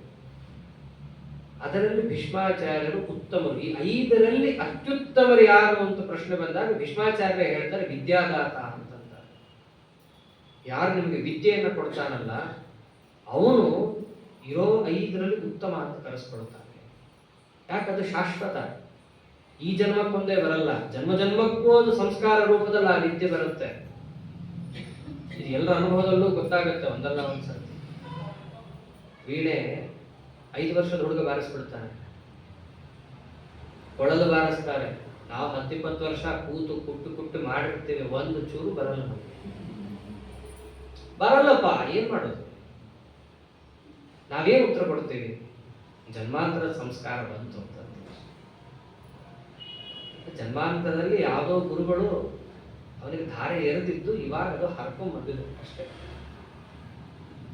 ಆದ್ದರಿಂದ ವಿದ್ಯೆ ಅನ್ನೋ ಪದಾರ್ಥವನ್ನು ಯಾರು ಕೊಡ್ತಾರಲ್ಲ ಆ ವ್ಯಕ್ತಿಗೆ ಬಹಳ ಮಹತ್ವ ಇದೆ. ತಂದೆ ಅಂತ ಅವನನ್ನ ಗೌರವ ಭಾವದಿಂದ ನೋಡ್ತೀವಿ. ಅಂತಹ ವಿದ್ಯೆಯನ್ನ ಇಡೀ ಜಗತ್ತಿಗೆ ತಲೆಮಾರುಗಳು ಉರುಳಿದ್ರು ಕೂಡ ಅವರಿಗೆ ಹೋಗ್ಲಿ ಅಂತ ಕೊಟ್ಟ ಮಹಾನುಭಾವರು ಯಾರು ಅಂತಂದ್ರೆ ಭೀಷ್ಮಾಚಾರ್ಯ. ಆದ್ದರಿಂದ ನಮಗೆ ತಂದೆ ಸ್ಥಾನದಲ್ಲಿ ಬರ್ತಾರೆ. ಅದಕ್ಕೆ ನಾವೆಲ್ಲರೂ ಕೂಡ ಅವ್ರಿಗೆ ಏನ್ ಮಾಡ್ತೀವಿ? ತರ್ಪಣವನ್ನ ಕೊಡ್ತೀವಿ. ಅಷ್ಟು ದೊಡ್ಡ ಸ್ಥಾನ ಭೀಷ್ಮಾಚಾರ್ಯ ಅಂತಂದ್ರೆ ಯಾರೊಬ್ಬರು ಮುದುಕರಲ್ಲ, ನಮಗೆಲ್ರಿಗೂ ಕೂಡ ಜ್ಞಾನವನ್ನ ಧಾರೆ ಎರೆದಂತಹ ದೊಡ್ಡ ಜ್ಞಾನಿಗಳು. ಕೃಷ್ಣನೇ ಹೇಳ್ತಾನೆ ಈ ಮಾತನ್ನ. ಶರಶೈಲಿಯಲ್ಲಿ ಅವರು ಮಲ್ಕೊಂಡಾಗ ಧರ್ಮರಾಜನ ತಲೆ ಕೆಟ್ಟೋಗಿರುತ್ತೆ, ರಾಜ್ಯ ಸಿಕ್ಕಾಗಿರುತ್ತೆ, 30 ವರ್ಷ ಆಳೋದು ಇನ್ನ ಶುರು ಆಗಿರಲ್ಲ, ಆಗಿನ ಯುದ್ಧ ಆಗಿರುತ್ತೆ, ಪರಮಾತ್ಮ ಪಟ್ಟಾಭಿಷೇಕ ಮಾಡ ಆಗಿರುತ್ತೆ. ತಲೆಯಲ್ಲಿ ಇವನಿಗೆ ಅಜ್ಞಾನ ಹೋಗುತ್ತೆ. ನಾ ತಪ್ಪು ಮಾಡಿದೆ, ನಾನು ಎಲ್ಲರನ್ನ ಕೊಂದು ರಾಜ್ಯದಲ್ಲಿ ಕೂತೆ. ಯುದ್ಧಕ್ಕೆ ಮೊದಲು ಹತ್ತವನು ಅರ್ಜುನ, ಯುದ್ಧ ಎಲ್ಲ ಆದ್ಮೇಲೆ ಹತ್ತವನು ಧರ್ಮರಾಜ. ಯಾಕೆಂದ್ರೆ ಮೊದಲು ಅವನು ಹತ್ತಿದ್ರೆ ಬಹಳ ಕಷ್ಟ ಆಗಿರೋದು, ಯುದ್ಧನೇ ಆಗ್ತಾ ಇರಲಿಲ್ಲ. ಧರ್ಮರಾಜ ಗಟ್ಟಿ ಇದ್ದ, ಹಾಗಾಗಿ ಯುದ್ಧಕ್ಕೆ ಬಹಳ ಅನುಕೂಲ ಆಯಿತು. ಅವಾಗ ಹತ್ತಿದ ಅರ್ಜುನ, ಕಡೆ ಹತ್ತವನು ಯಾರು? ಧರ್ಮರಾಜ. ಕೃಷ್ಣ ಬಂದು ಹೇಳ್ದ, ನೀನ್ ಮಾಡಿದ್ ಸರಿಗಿದೆ, ನೀನೇನು ತಪ್ಪು ಮಾಡಿಲ್ಲ, ಅಪಾಪದಲ್ಲಿ ಪಾಪಶಂಕೆ ಇರಬಾರದು. ಒಳ್ಳೆ ಮಾತು ಹೇಳ್ತಾನೆ ನೋಡು. ಯಾವ್ದು ಸರಿನೋ ಅದನ್ನ ತಪ್ಪು ಅಂತ ತಿಳ್ಕೋಬಾರ್ದು, ಯಾವ್ದು ತಪ್ಪು ಅಂತ ಇರುತ್ತೋ ಅದನ್ನ ಸರಿ ಅಂತ ತಿಳ್ಕೋಬಾರ್ದು. ಎರಡನ್ನೂ ನೀ ವಿರುದ್ಧ ಮಾಡ್ತಾ ಇದೀಯಾ. ಅವಾಗ ಧರ್ಮರಾಜ ಅಂದಿದ್ದೇನು? ನಿನಗೆ ನನ್ನ ಮೇಲೆ ಪ್ರೀತಿ, ಅದಕ್ಕೆ ಏನೋ ಮಾತಾಡ್ತೀಯ. ನನ್ನ ಮೇಲೆ ನಿನಗೆ ಪ್ರೀತಿ ಹೆಚ್ಚು, ನಾವು ಯುದ್ಧ ಮಾಡಿದ ತಪ್ಪೇ, ಆದ್ರೆ ಪ್ರೀತಿ ಹೆಚ್ಚಿರೋದ್ರಿಂದ ತಪ್ಪು ನೀ ಸರಿ ಅಂತ ಇದೆಯಾ ಅಂದ್ಬಿಟ್ಟು. ಎಲ್ಲ ಋಷಿಗಳು ಹೇಳ್ತಾರೆ, ಬ್ರಾಹ್ಮಣರು ಹೇಳ್ತಾರೆ, ಕೇಳಲ್ಲ ಮಾತು. ಕಡೆ ಕೃಷ್ಣ ಅಂತಾನೆ, ನೀನು ಯುದ್ಧ ಮಾಡಿ ತಪ್ಪು ಮಾಡದೆ, ಅದು ನಿನ್ನ ತಲೆಯಲ್ಲಿದೆ. ಅದು ಹೋಗಬೇಕು ಅಂತಂದ್ರೆ ನೀನು ಯಾರನ್ನ ಹೊಡೆದಿಯೋ ಆ ವ್ಯಕ್ತಿಗಳಿನ್ನ ಬದುಕಿದ್ದಾರೆ, ನಿನಗೋಸ್ಕರನೇ ಅವ್ರನ್ನ ಬದುಕಿಸಿದೀನಿ ನಾನು, ಬಾ ಅಲ್ಲಿಗೆ ಹೋಗಿ ಕೇಳೋಣ.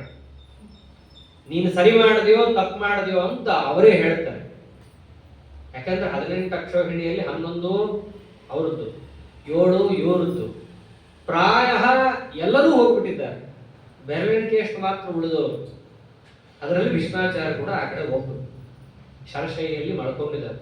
ಕೃಷ್ಣ ಕರ್ಕೊಂಡು ಹೋದ, ಧರ್ಮರಾಜನ ನಿಲ್ಲಿಸಿ ಭೀಷ್ಮಾಚಾರ್ಯ ಎದುರಿಗೆ ಹೇಳ್ತಾನೆ, ಭೀಷ್ಮಾಚಾರ್ಯ ನಿಮ್ಮ ಮೊಮ್ಮಗ ಏನೋ ಬಹಳ ಅಳ್ತಾ ಇದ್ದಾನೆ, ತಪ್ಪು ಮಾಡದಂತೆ, ನಿಮ್ಮನ್ನೆಲ್ಲ ಹೊಡಿಬಾರ್ದಾಗಿತ್ತಂತೆ, ನೀವು ಒಂಚೂರು ಉಪದೇಶ ಮಾಡ್ರಿ ಅಂತ. ಯಾರು ಮಾತಾಡ್ತಾರ್ರಿ, ಒಂದು ಪುಟ್ಟು ಗಾಯ ಆದ್ರೇ ನಮಗೆ ಬಾಯಿ ಹೊರಳಲ್ಲ. ಅಂಥದ್ದು ಶರಶಯ್ಯೆ ಶಾಪದಿಂದಾಗಿ ಅವ್ರಿಗೆ ಅದು ಬಂದಿತ್ತು. ಮಲ್ಕೊಂಡಿದ್ದಾರೆ, ಮಾತಾಡಕ್ಕಾಗ್ತಾ ಇಲ್ಲ, ರಕ್ತ ಮಾಂಸ ಕಿತ್ತಿ ಕಿತ್ತಿ ಬರ್ತಾ ಇದೆ. ಅವಾಗ ಅವ್ರಂತಾರೆ, ಕೃಷ್ಣ ಉಪದೇಶನ ಮಾತಾಡಕ್ ಎರಡು ಬಾಯಿ ಅಕ್ಷರ ಬರ್ತಾ ಇಲ್ಲ, ಉಪದೇಶ ಏನ್ ಮಾಡಿ? ಮತ್ತೆ ಇವನು ಅಳ್ತಾ ಇದ್ರೆ ನೀವೇ ಹೇಳ್ಬೇಕು, ಇವಾಗ ಬದುಕಿದ್ದೀರಲ್ಲ. ಅವಾಗ ಆಡ್ತಾರೆ ಭೀಷ್ಮಾಚಾರ್ಯರು ಮಾತು, ನೀವು ತಪ್ಪು ಮಾಡೋದ?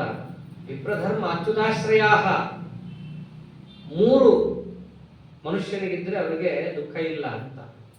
ವಿಪ್ರ ಬ್ರಾಹ್ಮಣರನ್ನು ಸರಿಯಾಗಿ ಹಿಡಿದಿರ್ಬೇಕು. ಇನ್ನೊಂದು ಧರ್ಮ, ಸನಾತನ ಧರ್ಮ ಏನೇನಿದೆ ಅದನ್ನ ಸರಿಯಾಗಿ ಹಿಡಿದಿರ್ಬೇಕು.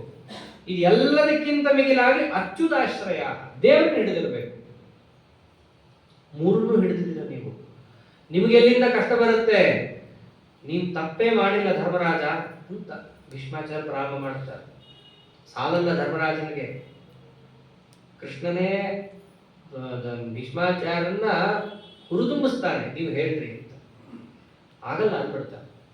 ನನಗೆ ಯಾವ ಉಪದೇಶನೂ ಮಾಡಕ್ ಆಗಲ್ಲ. ಯದ್ಯಪಿ ಅವರ ಅಧ್ಯಯನ ಬಹಳ, ಅವರ ಚರಿತ್ರೆಯಲ್ಲಿ ಬರುತ್ತೆ, ತುಂಬಾ ಅಧ್ಯಯನ ಮಾಡಿದವರು ಭೀಷ್ಮಾಚಾರ್ಯ ಅಂತಂದ್ರೆ. ಅಷ್ಟು ಅಧ್ಯಯನ ಮಾಡಿದ್ದೀರಿ, ಎಲ್ಲಿಗೆ ಹೋಗ್ಬೇಕಾ ಜ್ಞಾನ? ಕೆಲವರು ಇರ್ತಾರೆ ಓದ್ಬಿಡ್ತಾರೆ, ಭಾರಿ ಭಾರಿ ಓದಿರ್ತಾರೆ, ಒಬ್ರಿಗೆ ಪಾಠ ಹೇಳಕ್ ಕಳ್ತಿರ್ತಾರೆ. ಏನೋ ಅವ್ರಿಗೆ ಯಾಕೆ ನಾ ಹೇಳಬೇಕು, ನಾನು ಯಾಕೆ ಅವ್ರಿಗೆ ತಿಳಿಸ್ಕೊಡ್ಬೇಕು ಅಂತ. ಹಾಗಿರಬಾರ್ದು. ಆದ್ರೆ ಭೀಷ್ಮಾಚಾರ್ಯ ಆ ರೀತಿ ಇರ್ಲಿಲ್ಲ. ಅದು ಹೇಳಕ್ ಅವ್ರ ಕೈಲಿ ಆಗ್ತಾ ಇಲ್ಲ. ಅವ್ರು ಅಂದ್ಬಿಡ್ತಾರೆ, ನೀನ್ ಹೆಂಗೋ ಅರ್ಜುನಂಗೆ ಹೇಳೇ ಇದ್ದೀಯಾ, 18 ಅಧ್ಯಾಯ ಒಂದ್ಸರ್ತಿ ಜಗತ್ತಿಗೆ ಕೊಟ್ಟಿದ್ದೀಯಾ, ಇನ್ನೊಂದ್ಸರ್ತಿ ಹೇಳ್ಬಿಡು ಅಂತಂತಾರೆ. ನೀನೇ ಇದ್ದಾಗ ನಾನು ಯಾಕೆ ಹೇಳಲಿ ಅಂತಂದಾಗ ಕೃಷ್ಣ ಅಂತಾನೆ, ಭೀಷ್ಮಾಚಾರ್ಯರ ಒಳಗಿನ ಅವರ ಮಹತ್ವ ಏನು ಅಂತ ಜಗತ್ತಿಗೆ ತಿಳಿಸಕ್ಕೆ, ನಾನು ಹೇಳೋದು ದೊಡ್ಡದಲ್ಲ, ನಾನು ಹೇಳಿದ್ರೆ ಎಲ್ಲರೂ ಅದಕ್ಕೇನು ಮಹತ್ವ ಕೊಡಲ್ಲ. ಯಾಕೆ ಅಂದ್ರೆ ಪರಮಾತ್ಮ ಸೂರ್ಯ ಇದ್ದಂಗೆ. ಸೂರ್ಯೋ ಪ್ರಕಾಶತಿ ಇತ್ಯುಕ್ತೆ, ಸೂರ್ಯ ಹೊಡಿತಾ ಇದೆ ಅಂತ ಯಾರಂದ್ರೆ ತಲೆನೇ ಕೆಡಿಸ್ಕೊಳ್ಳಲ್ಲ ಯಾರು. ಅದೇನದು ಹೊಡಿತಾನೆ ಇರುತ್ತೆ, ದಿನ ಬರುತ್ತೆ ಹೋಗುತ್ತೆ. ಅದೇ ಪಕ್ಕದ ಮನೆಯಲ್ಲಿ ಒಬ್ರು ಆಭರಣ ತಂದಿದ್ದಾರಂತೆ, ವಜ್ರದ್ದಂತೆ ಹೊಳಿತಾ ಇದೆ ಅಂತಂದಾಗ ಎಲ್ಲರಿಗೂ ತವಕ ಹೆಚ್ಚಾಗತ್ತೆ. ಯದ್ಯಪಿ ನೀವು ಹೇಳಿದ್ದು ಹೌದು, ನಾನೇ ಇದ್ದೀನಿ, ನನ್ನಷ್ಟು ಯಾರು ಉಪದೇಶ ಮಾಡಕ್ ಜಗತ್ತಲ್ಲಿ ಸಾಧ್ಯವೇ ಇಲ್ಲ, ಆದ್ರೆ ಭೀಷ್ಮಾಚಾರ್ಯ ಉಪದೇಶ ಮಾಡ್ತಾರೆ ಅಂತಂದಾಗ ಎಲ್ಲರೂ ಬರ್ತಾರೆ. ಅವಾಗ ಭೀಷ್ಮ ಉಪದೇಶ ಮಾಡ್ತಾನೆ, ಯಾಕೆಂದ್ರೆ ಅವರು ಕಕ್ಷಾ ತಾರತಮ್ಯದಲ್ಲಿ ನೋಡಿದಾಗ ಅವರು ವಸು ಪಟ್ಟದಲ್ಲಿ ಬರೋರು. ಅದಕ್ಕೂ ಕೂಡ ಚರಿತ್ರೆ ಇದೆ, ಅವರ ಪಾತ್ರದ ಪರಿಚಯದಲ್ಲಿ ಅದನ್ನು ನೋಡ್ತಾ ಬರೋಣ.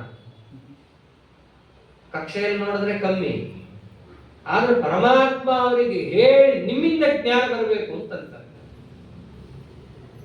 ಅವಾಗ ಜನ ಎಲ್ಲ ಬರ್ತಾರೆ. ಭೀಷ್ಮ ಹೇಳ್ತಾರ, ನಾ ಬರ್ತೀನಿ ಅಂತ ಯಾರ್ಯಾರು ಬರ್ತಾರೆ? ಉತ್ತರ ಭಾರತದಿಂದ ವೇದವ್ಯಾಸ ದೇವರು ತಮ್ಮ ಶಿಷ್ಯರನ್ನೆಲ್ಲ ಕರ್ಕೊಂಡ್ ಬರ್ತಾರೆ. ದಕ್ಷಿಣ ಭಾರತದಿಂದ ಪರಶುರಾಮ ದೇವರು ಅವ್ರ ಶಿಷ್ಯರನ್ನ ಕರ್ಕೊಂಡ್ ಬರ್ತಾರೆ.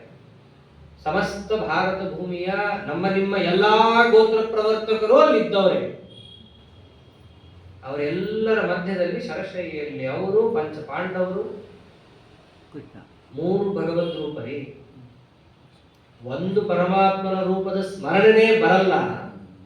ಅಂತ್ಯಕಾಲದಲ್ಲಿ ಹೇಳ್ತಾರಲ್ಲ, ಸಂತತಂ ಚಿಂತೆಯನಂತಂ ಅಂತ್ಯಕಾಲೇ ವಿಶೇಷತಃ ಅಂತ ಹೇಳ್ತಾರೆ. ಅಂಥದ್ದು 3 ಭಗವದ್ ರೂಪವನ್ನ ಕಣ್ಣೆದುರಿಗೆ ಅವರ ಚರಿತ್ರೆಯಲ್ಲಿ ಬರುತ್ತೆ. ಕಡೆಯಲ್ಲಿ ಕಣ್ಣಿನನ್ನ ತೆಗಿಲಿಕ್ಕಾಗ್ತಾ ಇರಲ್ಲ, ಮಂಜಾಗೋಗಿರುತ್ತೆ. ಆ ಮಂಜಾಗ್ಲಿಕ್ಕೆ 2, ಒಂದು ನೋವು, ಇನ್ನೊಂದು ಆನಂದ ಬಾಷ್ಪ ಬರ್ತಾ ಇರುತ್ತೆ ಅವ್ರಿಗೆ. ಒಂದು ಭಗವದ್ ರೂಪವನ್ನು ನೋಡೋದೇ ಭಾಗ್ಯ. ಅಂಥದ್ದು 3 ಭಗವದ್ ರೂಪ ನನ್ನ ಕಣ್ಣೆದುರಿಗೆ, ಅವನನ್ನ ನೋಡುತ್ತಾ ಪ್ರವಚನ ಮಾಡೋದು ಅಹೋಭಾಗ್ಯ ಅಂತ ಅನ್ಕೋತಾರೆ. ಹೇಳಕ್ಕಾಗ್ತಾ ಇಲ್ಲ ಅವ್ರಿಗೆ. ಕೃಷ್ಣನೇ ಅಂತಾನೆ, ನಿಮ್ಮೊಳಗೆ ನಾನೇ ಇದ್ದು ಹೇಳಿಸ್ತೇನೆ. ನಮ್ಮೊಳಗೂ ಅವನೇ ಇದ್ದೇ ಹೇಳಿಸೋದು, ನಿಮ್ಮೊಳಗೂ ಅವನೇ ಇದ್ದೇ ಕೇಳಿಸೋದು. ಇದು ಎಲ್ಲವಾಗಲೂ ನಿಶ್ಚಿತನೇ. ಆದರೆ ವಿಶೇಷವಾಗಿ ಆವಾಗ ಭೀಷ್ಮಾಚಾರ್ಯರ ಒಳಗೆ ಪರಮಾತ್ಮನೇ ತನ್ನ ಸನ್ನಿಧಾನವನ್ನು ಇಟ್ಟು ಅವರ ಮೂಲಕ ತಾನು ಹೇಳಿಸ್ತಾ ಇದ್ದಾನೆ. ಅವರ ಮೂಲಕವಾಗಿ ಬಂದಿದ್ದು ಶಾಂತಿ ಪರ್ವ, ಅನುಶಾಸನ ಪರ್ವ. ಅಂತಹ ಭೀಷ್ಮಾಚಾರ್ಯರನ್ನ ದ್ವಾರ ಮಾಡಿಕೊಂಡು ಪರಮಾತ್ಮ ಅನುಗ್ರಹ ಮಾಡ್ತಾನೆ ಅಂತಂದ್ರೆ ಅವರಲ್ಲಿ ಎಂಥ ವ್ಯಕ್ತಿತ್ವ ಇರಬೇಕು. ಅವರ ಚರಿತ್ರೆಯನ್ನು ಮಹಾಭಾರತದಲ್ಲಿ ವಿಸ್ತಾರವಾಗಿ ಹೇಳ್ತಾರೆ. ಇದು ಭೀಷ್ಮ ಪರ್ವ ಅಂತ ಇವತ್ತು ಉಪನ್ಯಾಸದ ವಿಷಯ. ಆದ್ರೆ ಭೀಷ್ಮ ಪಾತ್ರವನ್ನು ನಾವೊಮ್ಮೆ ನೋಡ್ಬೇಕಂತಂದ್ರೆ ಮೊದಲಿಂದ ಅವರು ಪಾತ್ರದ ಪರಿಚಯ ಕೊಟ್ಟಿದ್ದಾರೆ. ಅವ್ರ ಉತ್ಪತ್ತಿಯೂ ಒಂದು ವಿಚಿತ್ರ. ಭೀಷ್ಮರ ಉತ್ಪತ್ತಿ ಶಾಪದಿಂದ ಬಂದವರು. ಅವ್ರಿಗೊಬ್ಬರಿಗೆ ಶಾಪ ಅಲ್ಲ, ಅವರು ಯಾರಿಂದ ಹುಟ್ಟಿದ್ರೋ ಅವರಿಗೂ ಶಾಪ. ಶಂತನುವಿನ ಮಕ್ಕಳು ಅಂತ.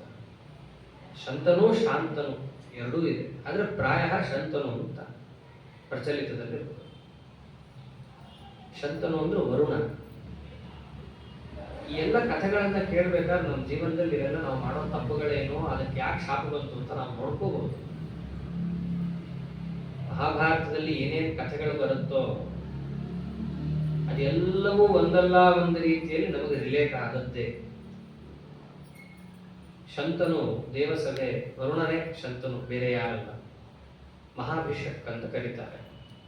ಶಬ್ದಗಳನ್ನ ಚೆನ್ನಾಗಿ ಕೇಳಿಸ್ಕೊಳ್ರಿ, ನಕ್ಷತ್ರದಲ್ಲಿ ನಿಮಗೆ ತುಂಬಾ ಹೆಲ್ಪ್ ಆಗುತ್ತೆ. ಶತಭಿಷ ಅಂತ ಕೇಳಿರ್ತೀರಲ್ಲ, ಅದಕ್ಕೂ ಮಹಾಭಿಷಕ್ಕೂ ಬಹಳ ಲಿಂಕ್ ಇದೆ. ಈಗ ನಾ ಹೇಳೋ ಕಥೆ ಇದೆಯಲ್ಲ, ಭೀಷ್ಮಾಚಾರ್ಯರ ಅಷ್ಟವಸುಗಳ ಕಥೆ, ಇದು ಬೇರೇನಲ್ಲ, ಧನಿಷ್ಠಾ ನಕ್ಷತ್ರದ ಕಥೆ. ಈ ಮಹಾಭಾರತ ಅಂತ ಏನಿದೆ, ಅಲ್ಲಿ ಬಂದ ಕಥೆಗಳನ್ನ ಸುಮ್ಮನೆ ನೀವು ಕೇಳ್ತಾ ಹೋದ್ರೆ ಬೇರೆ. ಸ್ವಲ್ಪ ಒಳಗೆ ಇಳಿದು ಈಜಾಡಿದ್ರೆ ಚಂದ. ಸ್ವಿಮ್ಮಿಂಗ್ ಪೂಲ್ ಎಲ್ರಿಗೂ ಮೇಲಿಂದ ಚೆನ್ನಾಗೇ ಕಾಣುತ್ತೆ, ಒಳಗೆ ಇಳಿದಾಗ ಎಲ್ಲಿ ಎಷ್ಟು ಅಡಿ ಆಳ ಇದೆ ಅಂತ ಗೊತ್ತಾಗುತ್ತೆ. ಈಜು ಬರ್ತಿರ್ಬೇಕು, ಟ್ಯೂಬ್ ಹಾಕೊಳ್ಳದೆ ಈಜು ಹೊಡಿಬೇಕು, ಅದು ಒಂದು ಮುಖ್ಯ. ಅವಾಗ ನಿಮ್ಗೆ ಅದ್ರ ಮಹತ್ವ ಗೊತ್ತಾಗುತ್ತೆ.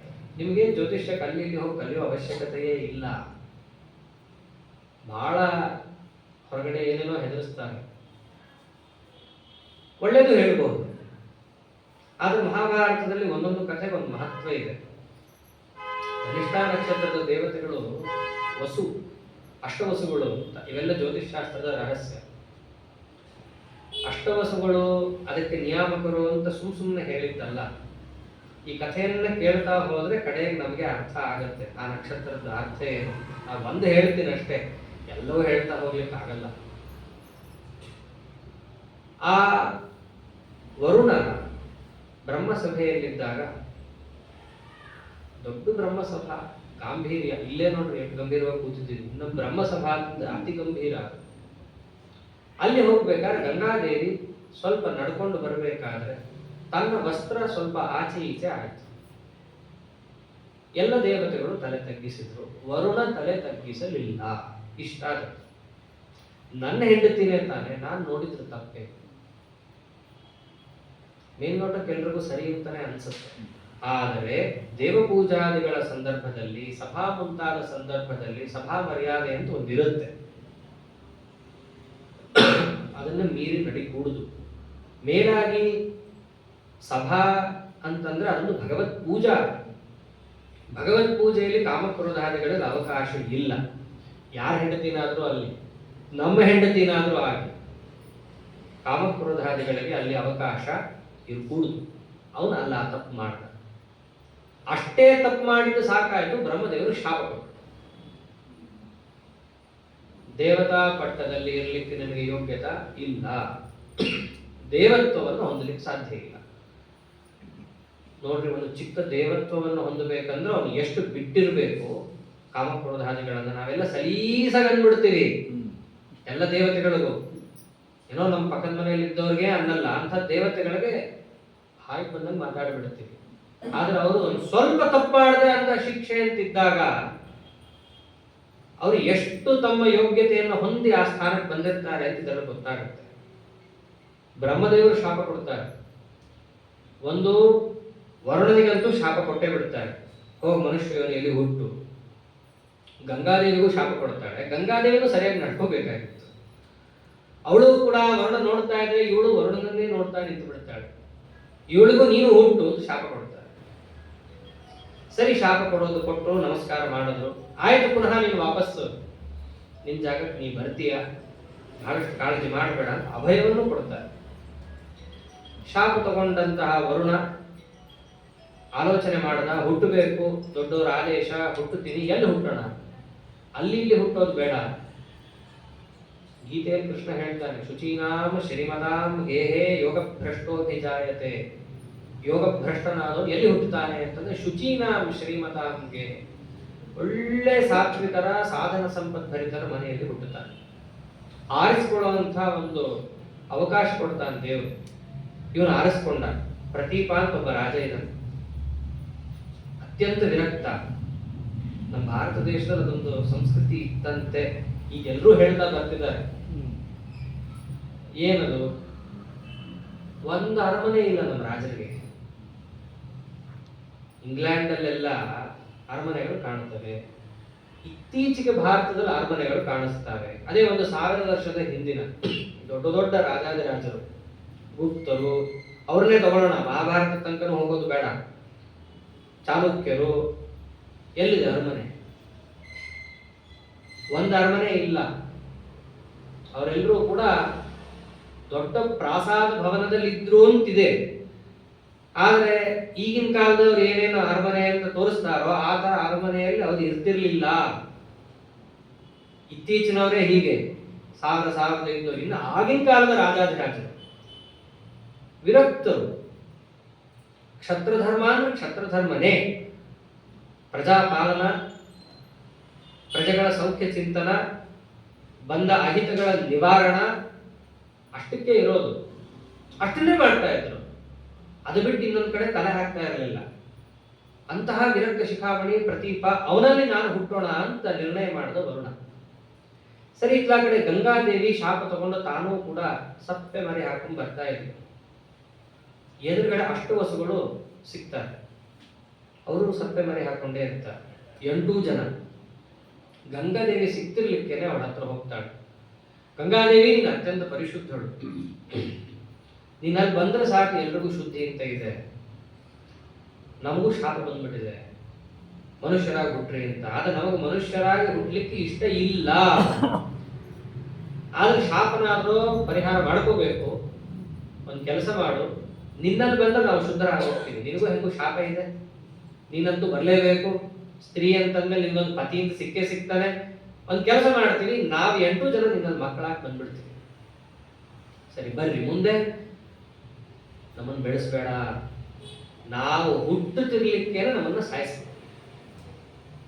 ಹಂಗಾಗಿ ಅಯ್ಯೋ ಇದೇನಿದು, ಹೀಗೆಲ್ಲ ನಾವು ಮಾಡ್ಲಿಕ್ಕೆ ಆಗೋದಿಲ್ಲ.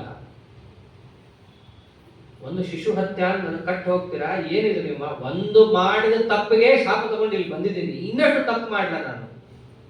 ಇಲ್ಲ, ಇದು ದೇವತಾ ಕಾರ್ಯ, ಹೆದರಬೇಡ, ನಿನಗೇನು ಪಾಪ ಬರಲ್ಲ. ಶಾಪವನ್ನ ಎಷ್ಟಿದೆಯೋ ಅಷ್ಟಕ್ಕೆ ಮಾತ್ರ ಸೀಮಿತವಾಗಿ ಮಾಡ್ತಾ ಇದ್ದೀಯಾ, ನೀ ತಪ್ಪು ಮಾಡ್ತಾ ಇಲ್ಲ ಅಂತ ಹೊಸುಗಳು ಬಹಳ ಅವಳಿಗೆ ಒಲಿಸ್ತಾರೆ. ಅವಳು ಕಡೆ ಒಂದು ಮಾತು ಅಂತಾಳೆ, ಸರಿ ನೀವೇನೋ ಶಾಪ ಅಂತ ಹೇಳಿ ಪರಿಹಾರ ಮಾಡ್ಕೊಂಡ್ಬಿಡ್ತೀರಿ, ಆದ್ರೆ ನನ್ನ ಕೈ ಯಾರು ಹಿಡಿತಾನಲ್ಲ, ನಾನು ಅವನಿಗೇನು ಸಂತಾನನೇ ಕೊಟ್ಟಿಲ್ಲ ಅಂತ ಆಗೋಗುತ್ತೆ. ಕಡೆ 8 ಜನ ಸಂತಾನ ಪಡೆದೆ, ಕಡೆಗೆ ಸಂತಾನನೇ ಅವನಿಗೆ ಕೊಡದೇ ಇದ್ರೆ ನನಗೊಂದು ಕೆಟ್ಟ ಹೆಸರು ಬರುತ್ತಲ್ಲ. ಇಲ್ಲ, ಒಬ್ಬನ್ ಬೇಕಾದ್ರೆ ನೀನು ಬದುಕಿಸ್ಕೊ, ಆದ್ರೆ ಯಾರಿಗೆ ಬದುಕಿಸ್ತೀಯಲ್ಲ ಅವನು ವರ ಕೊಟ್ಬಿಡ್ತೀವಿ. ಏನಂತ? ನಮ್ಮ 7 ಜನರ 4ನೇ ಒಂದು ಅಂಶದ ಶಕ್ತಿ ಅವನಲ್ಲಿ ಬಂದ್ಬಿಡ್ಲಿ ಅಂತಾರೆ. ತುರಿಯಾರ್ಧಂ ಪ್ರದಾಸ್ಯಾಮಃ ವೀರ್ಯ ಸೈಕೈಕ ಶೋಭಯಂ. 4ನೇ ಒಂದು ಅಂಶವನ್ನು ಅವನಿಗೆ ತುಂಬಿ ಅವನನ್ನ ಬಹಳ ಜೋರ್ದಾರ್ ವ್ಯಕ್ತಿಯನ್ನಾಗಿ ಮಾಡ್ತೀವಿ. ಅಷ್ಟು ಜನರ ಆಯುಷ್ಯ ಅವನಿಗೆ ಬರಬೇಕು. ಈಗ ನಾವು ಮಾಡ್ತೀವಿ. ಹೀಗೆ ಗಂಗಾದೇವಿಯು ಕೂಡ ಒಪ್ಪಿಕೊಂಡ್ರೆ ಎಲ್ಲಿಗೆ ಹೋಗ್ಬೇಕು? ಇವ್ರ ಕೈಯೆಲ್ಲ ಹಿಡಿಯೋಂಗಿಲ್ಲ. ಸಾಮಾನ್ಯವಾಗಿ ನಿಯತ ಪತಿಪತ್ನಿ ಭಾವ ಅಂತ ಇರೋದು. ಆ ಗಂಡಿಗೆ ಆ ಹೆಣ್ಣು ಅಂತ ನಿಶ್ಚಯ ಆಗಿರುತ್ತೆ. ನಮಗದು ಯಾರು ಗೊತ್ತಿರಲ್ಲ, ದೇವ್ರು ಯಾರನ್ನು ಒದಗಿಸ್ತಾನೋ ಅವ್ರ ಕೈ ಹಿಡಿತೀವಿ, ನಮ್ಮ ಮೋಕ್ಷ ಸಾಧನೆ ನಾವು ಮಾಡ್ತೀವಿ. ಇದು ನಮಗೆ ಗೊತ್ತಿಲ್ಲದೆ ಇರೋ ಅವಸ್ಥಾ. ಅದೇ ಒಂದು ವೇಳೆ ಗೊತ್ತಿತ್ತಪ್ಪ, ಇವರೇ ನಮ್ಮ ನಿಯತ ಪತ್ನಿ, ಅವರ ಕೈಯೇ ಹಿಡಿಬೇಕು. ಅವಾಗ ಹಾಗೆ ನಿಯತ ಪತಿ ಅಂತ ಗೊತ್ತಿದ್ರೆ ಅದೇ ಹಿಡಿಬೇಕು. ಗಂಗಾದೇವಿಗೆ ಅದು ಗೊತ್ತು. ನಾನು ಹಿಡಿಬೇಕಾಗಿರೋದು ವರುಣನ ಕೈ ಮಾತ್ರ. ಯಾಕೆ ಅವಳು ವರುಣನ ಪತ್ನಿ. ಅವಳು ಈ ವರುಣ ಎಲ್ಲಿ ಬರ್ತಾನೆ? ಪ್ರತೀಪನ ಮೊಮ್ಮಗನಾಗಿ ಬರೋನಿದ್ದಾನೆ ಇವಾಗ. ಮತ್ತೆ ಯಾರ ಮನೆಗೆ ಹೋಗ್ಬೇಕು? ನಾನು ಪ್ರತೀಪನ ಹತ್ರನೇ ಹೋಗ್ಬೇಕು. ನಾ ಹುಟ್ಟಿಗಿಟ್ಟೆಲ್ಲ ಹೋಗಲ್ಲ ಅಂತಾಳೆ ಗಂಗಾದೇವಿ. ಏನ್ ಮಾಡ್ತಾಳೆ? ಪ್ರತೀಪರಾಜ ತಪಸ್ ಮಾಡ್ತಾಳೆ, ಕೂತಿರ್ತಾನೆ ಗಂಗಾ ನದಿ ತೀರದಲ್ಲಿ. ನದಿಯಿಂದ ಸೀದಾ ಎದ್ದು ಬಂದವಳೆ ಪ್ರತೀಪರಾಜನ ತೊಡೆ ಮೇಲೆ ಕೂತ್ಬಿಡ್ತಾಳೆ, ಬಲ ತೊಡೆಯ ಮೇಲೆ ಕೂಡ್ತಾಳೆ. ಸಾಮಾನ್ಯವಾಗಿ ಬಲತೊಡೆಯ ಮೇಲೆ ಕೂತಂತಹ ಸ್ತ್ರೀ ಏನಂತ ಕರೆಸ್ಕೊಳ್ತಾಳೆ? ಹೆಣ್ಣು ಒಪ್ಪಿಸ್ಕೊಳ್ಳೋ ಶಾಸ್ತ್ರ ಅಂತ ಇರ್ತದಲ್ಲ, ಅಲ್ಲೆಲ್ಲ ಗೊತ್ತಾಗುತ್ತೆ. ಬಲತೊಡೆಯ ಮೇಲೆ ಕೂತ್ರೆ ಅದು ಸೊಸೆ ಇಲ್ಲ ಮಗಳು, ಆ ಜಾಗದಲ್ಲಿ ಕೂಡಿಸ್ಬೇಕು. ಎಡತೊಡೆಯದು ಪತ್ನಿಗೆ ಮಾತ್ರ ಮೀಸಲಾದ ಜಾಗ. ಆದರೆ ಗಂಗಾದೇವಿ ಪರೀಕ್ಷೆ ಮಾಡ್ತಾಳೆ, ಜಗತ್ತಿಗೆ ಪ್ರತೀಪರಾಜ ಎಂತಹ ಉತ್ತಮ ವ್ಯಕ್ತಿ. ಸೀದಾ ಬಂದವಳೆ ತೊಡೆ ಮೇಲೆ ಕೂತ್ ಅಂತಾಳೆ, ನಾನು ನಿನ್ ಮದುವೆ ಆಗ್ತೀನಿ ಬಿಡ್ತಾಳೆ. ಸಾಮಾನ್ಯ ಸ್ತ್ರೀ ನೋಡ್ಲಿಕ್ಕೆ ಚಂದಿದ್ರೇನೆ ಪುರುಷರು ಮರಳಾಗಿ ಹೋಗೋದು ಲೋಕದಲ್ಲಿದ್ದಾಗ, ದೇವತಾ ಸ್ತ್ರೀ ಸಾಕ್ಷಾತ್ ಗಂಗಾದೇವಿನೇ ಬಂದು ನಾನು ನಿನ್ ಮದುವೆ ಆಗ್ತೀನಿ ಅಂತಂದು ಒಪ್ಲಿಲ್ಲ. ತಪ್ಪು ಮಾಡ್ತಾ ಇದ್ದೀನಿ ನೀನು ಅಂತಂದ್ರೆ, ನೀ ಯಾರಂತಲೇ ನನಗೆ ಗೊತ್ತಿಲ್ಲ, ನಿನ್ ವಿವಾಹ ಆಗಬಹುದೋ ಇಲ್ವೋ ಅಂತ ನನಗೆ ಗೊತ್ತಿಲ್ಲ, ಏನೋ ಬಂದು ಕೂತು ಮಾತ್ರಕ್ಕೆಲ್ಲ ನಾನು ವಿವಾಹ ಆಗಲ್ಲ ಅಂತ ನಾವು. ಇಲ್ಲ, ನಾನು ಒಳ್ಳೆ ನನ್ನ ನಿನ್ ವಿವಾಹ ಆದ್ರೆ ತಪ್ಪಿಲ್ಲ. ಬಹಳಷ್ಟು ಪರೀಕ್ಷೆ ಮಾಡ್ತಾಳೆ. ಅವಾಗ ಅವನು ಧರ್ಮವನ್ನಂತಾನೆ. ಮಹಾಭಾರತದಲ್ಲಿ ಕೊಡೋ ಒಂದೊಂದು ವಿಶೇಷಣನೂ ಚೆನ್ನಾಗಿದೆ. ಅವರಂತಾರೆ, ವಾಕ್ಯವಿದಾಂ ಶ್ರೇಷ್ಠೋ ಧರ್ಮ ನಿಶ್ಚಯ ತತ್ವವಿದ್. ಧರ್ಮ ನಿಶ್ಚಯ ಇತ್ತು ಪ್ರತೀಪರಾಜನಿಗೆ. ಅವನಂತಾನೆ, ನೀ ಎಲ್ಲಿ ಬಂದು ಕೂತೆ? ಪ್ರಾಪ್ಯ ದಕ್ಷಿಣ ಮೂರುಮ್ಮೆ ತ್ವಮಾಶ್ಲಿಷ್ಟ ವರಾಂಗನೆ ಅಪತ್ಯಾನಾಂ ಸ್ನುಷಾಣಾಂಚ ಧೀರು ವಿದ್ಯೇನ ದಾಸನಂ. ಈ ಬಲ ತೊಡೆ ಅನ್ನೋದೇನಿದೆಯಲ್ಲ, ಇದು ಸೊಸೆ ಮತ್ತು ಮಗಳಿಗೆ ಮೀಸಲಾದ ಆಸನ. ಇಲ್ಲಿ ಬಂದು ನೀ ಕೂತಿದ್ದೀಯ, ಆದ್ದರಿಂದ ನಿನ್ನನ್ನು ನಾನು ಹೆಂಡತಿಯನ್ನಾಗಿ ಪರಿಗ್ರಹಿಸಲಿಕ್ಕೆ ಸಾಧ್ಯ ಇಲ್ಲ. ಇಷ್ಟು ತಿಳಿಸಿದ ಮೇಲೆ ಗಂಗಾದೇವಿ ಅಂತ, ಹೆಂಗು ಕೂತಿದ್ದೀನಲ್ಲ ಮತ್ತೆ ಸೊಸೆ ಮಾಡ್ಕೋಬೇಕು ನನ್ನ ಅನ್ಬಿಡ್ತಾಳೆ. ಕರಾರ್ ಮನೆಗೆ ಬರೋ ಹೆಣ್ಣು ಮಗಳು ಬರೋಕ್ ಮುಂಚೆನೆ ಹೀಗೆ ಕರಾರ್ ಹಾಕಿದ್ರೆ ಏನ್ ಮಾಡ್ಬೇಕು? ಬಂದಿರೋಳು ದೇವತಾ ಸ್ತ್ರೀ. ಅವಳು ಬರೋವಾಗಲೇ ಹೇಳ್ತಾಳೆ, ನೋಡು, ನಾನು ನಿನಗೆ ಸೊಸೆಯಾಗಿ ಬರಲೇಬೇಕು. ನಾನು ಬಂದ್ರೆ ನಿನ್ನ ವಂಶ ಉದ್ಧಾರ ಆಗುತ್ತೆ. ನಿನ್ನ ಮಗ ಸ್ವರ್ಗಕ್ಕೆ ಹೋಗೋದು ನಿಶ್ಚಿತ, ಅಷ್ಟು ನಾನು ಎತ್ತಿ ಹಿಡಿತೀನಿ. ಆದರೆ 3 ನನ್ನ ಮಾತನ್ನು ನಡೆಸ್ಕೊಡ್ಬೇಕು. ಒಂದು, ನಿನ್ನ ಮಗ ನನ್ನನ್ನು ಮದುವೆ ಆಗ್ಬೇಕಾದ್ರೆ ನೀನ್ ಯಾರು ಅಂತ ಪ್ರಶ್ನೆ ಮಾಡಬಾರ್ದು. ಎಂತ ಕರಾರಿದೆ, ನೀ ಯಾರು ಅಂತ ಪ್ರಶ್ನೆ ಮಾಡಬಾರ್ದು. ಇನ್ನು ಎರಡನೇದು, ನಾ ಏನು ಬೇಕಾದ್ ಮಾಡ್ತೀನಿ, ಒಳ್ಳೇದು ಮಾಡ್ತೀನೋ ಕೆಟ್ಟದ್ದು ಮಾಡ್ತೀನೋ ಅದನ್ನು ತಡಿಬಾರ್ದು. ನನ್ಗೆ ಇಷ್ಟ ಬಂದಂಗೆ ನಾ ಮಾಡ್ಕೊಂಡು ಹೋಗ್ತಿರ್ತೀನಿ, ಅವ್ನು ಬಾಯಿ ಮುಚ್ಕೊಂಡು ಇರ್ಬೇಕು, ತಡಿಬಾರ್ದು. ಅದಕ್ಕಿಂತಲೂ ಮೇಲೆ ನಾ ಯಾಕೆ ಮಾಡ್ತಿದ್ದೀನಿ ಅಂತ ಕೂಡ ಕೇಳಬಾರ್ದು. ಒಪ್ಪುದ ದೇವತಾ ಸ್ತ್ರೀ ನಿನ್ನ ಮನೆಗೆ ಸೊಸೆಯಾಗಿ ಬರ್ತೀನಿ ಅಂತಂದ್ರೆ ಬೇರೆ ದಾರಿನೂ ಇಲ್ಲ ಅವನಿಗೆ. ಆಯ್ತು, ಒಪ್ಪುಕೊಂಡ. ಹಿಂಗೇನಾದ್ರು ಈಗಿನ ಕಾಲದಲ್ಲಿ ಆದ್ರೆ ಏನಾಗ್ತದೆ? ಆಗೋದೇ ಇಲ್ಲ. ನಿನ್ ಮನೇಲಿ ನೀನು, ನನ್ನ ಮನೇಲಿ ನಾನು ಇರ್ತೀನಿ, ಏನಾರ ಮಾಡ್ಕೊಂತ ಬಂದ್ಬಿಡ್ತೀನಿ. ಆದ್ರೆ ಅಲ್ಲಿದ್ದವನು ರಾಜ, ವಂಶೋದ್ಧಾರಕ್ಕೋಸ್ಕರ ನಾವಿದ್ದೀವಿ ಅಂತ ತಿಳಿದವನು. ಅವನೇನ್ ಮಾಡ್ತಾನೆ? ಹಾಗೆ ಆಗ್ಲಿ ಅಂತಂದ. ಅವಳು ಬರ್ತಾಳೆ ಅಂತ ಹೇಳಿ ತಪಸ್ಸು ಮಾಡಿ ಮಗನ್ ಪಡಿತಾನೆ ಇವನು. ಆಮೇಲೆ ದೇವತಾ ಸ್ತ್ರೀ ಇದ್ದಾಳೆ, ಅಂಥ ಮಗ ನನಗೆ ಬರ್ತಾನ ಅಂತ ಅವನು ಮಕ್ಕಳೇ ಬೇಡ ಅಂತ ಹೇಳಿ ತಪಸ್ ಮಾಡ್ತಾ ಕೂತ್ಬಿಟ್ಟಿರ್ತಾನೆ ಪ್ರತೀಪರಾಜ. ಅಂಥವನು ಬಲತೊಡೆ ಮೇಲೆ ಹೋಗಿ ಇವಳು ಕೂತ್ಕೋತಾಳೆ. ಅಂದ್ರೆ ಎರಡೂ ಉದ್ದೇಶ, ವಂಶ ನಿಲ್ಬಾರ್ದು ಇವತ್ತು, ವಂಶ ಬೆಳಗಬೇಕು. ನಿಜವಾದ ಸೊಸೆಯಾಗಿ ಬರೋಳಿಗೆ ಹೀಗಿರ್ಬೇಕು. ಏನಾದ್ರೂ ಆಗೋಗ್ಲಿ ನಾನು ಖುಷಿಯಾಗಿರ್ಬೇಕು ಅಂತಲ್ಲ, ವಂಶ ಬೆಳಗಲಿ. ಅದಕ್ಕೆ ಅಂತಾರೆ ಕನ್ಯಾ ಉಭಯ ಕುಲೋದ್ವ ಪುತ್ರ ಏಕಕುಲಂ ದತ್ತ. ಕನ್ಯಾ ಉಭಯ ಕುಲೋದ್ವ. ಮಗ ಅಂತ ಬಂದ್ರೆ ಒಂದು ವಂಶ ಎತ್ತಿಡಿಬೋದು, ಅದು ಸರಿಯಾಗಿದ್ರೆ. ಆದರೆ ಕನ್ಯಾ ಉಭಯ ಕುಲೋದ್ವ, ಒಂದು ತವರು ಮನೆ, ಇನ್ನೊಂದು ಅತ್ತೆ ಮನೆ. ಹಾಗೇನೆ ಇವನು ಹಾಳು ಮಾಡಿದ್ರೆ ಒಂದೇ ವಂಶ, ಅವಳು ಹಾಳು ಮಾಡಿದ್ರೆ 2 ವಂಶನೇ. ಅದು ಇದ್ದದ್ದೇ. ಹೈ ರಿಸ್ಕ್ ಹೈ ರಿವಾರ್ಡ್, ಅದು ಎಲ್ಲ ಕಡೆನೂ ಅನ್ವಯ ಆಗೋದೇ. ಹಾಗೆ ಯಾವಾಗ ಗಂಗಾದೇವಿಯೇ ನಿನಗೆ ನಾನು ಬರ್ತೀನಿ ಅಂತ ಹೇಳಿದಾಗ ಒಪ್ಪುದ. ತಪಸ್ ಮಾಡದ, ಮಗನನ್ನ ಪಡೆದ. ಆಮೇಲೆ ಅದಕ್ಕೆ ಅವನಿಗೆ ಏನ್ ಹೆಸರಿಟ್ಟ? ಶಂತನು ಅಂತ ಇಟ್ಟ.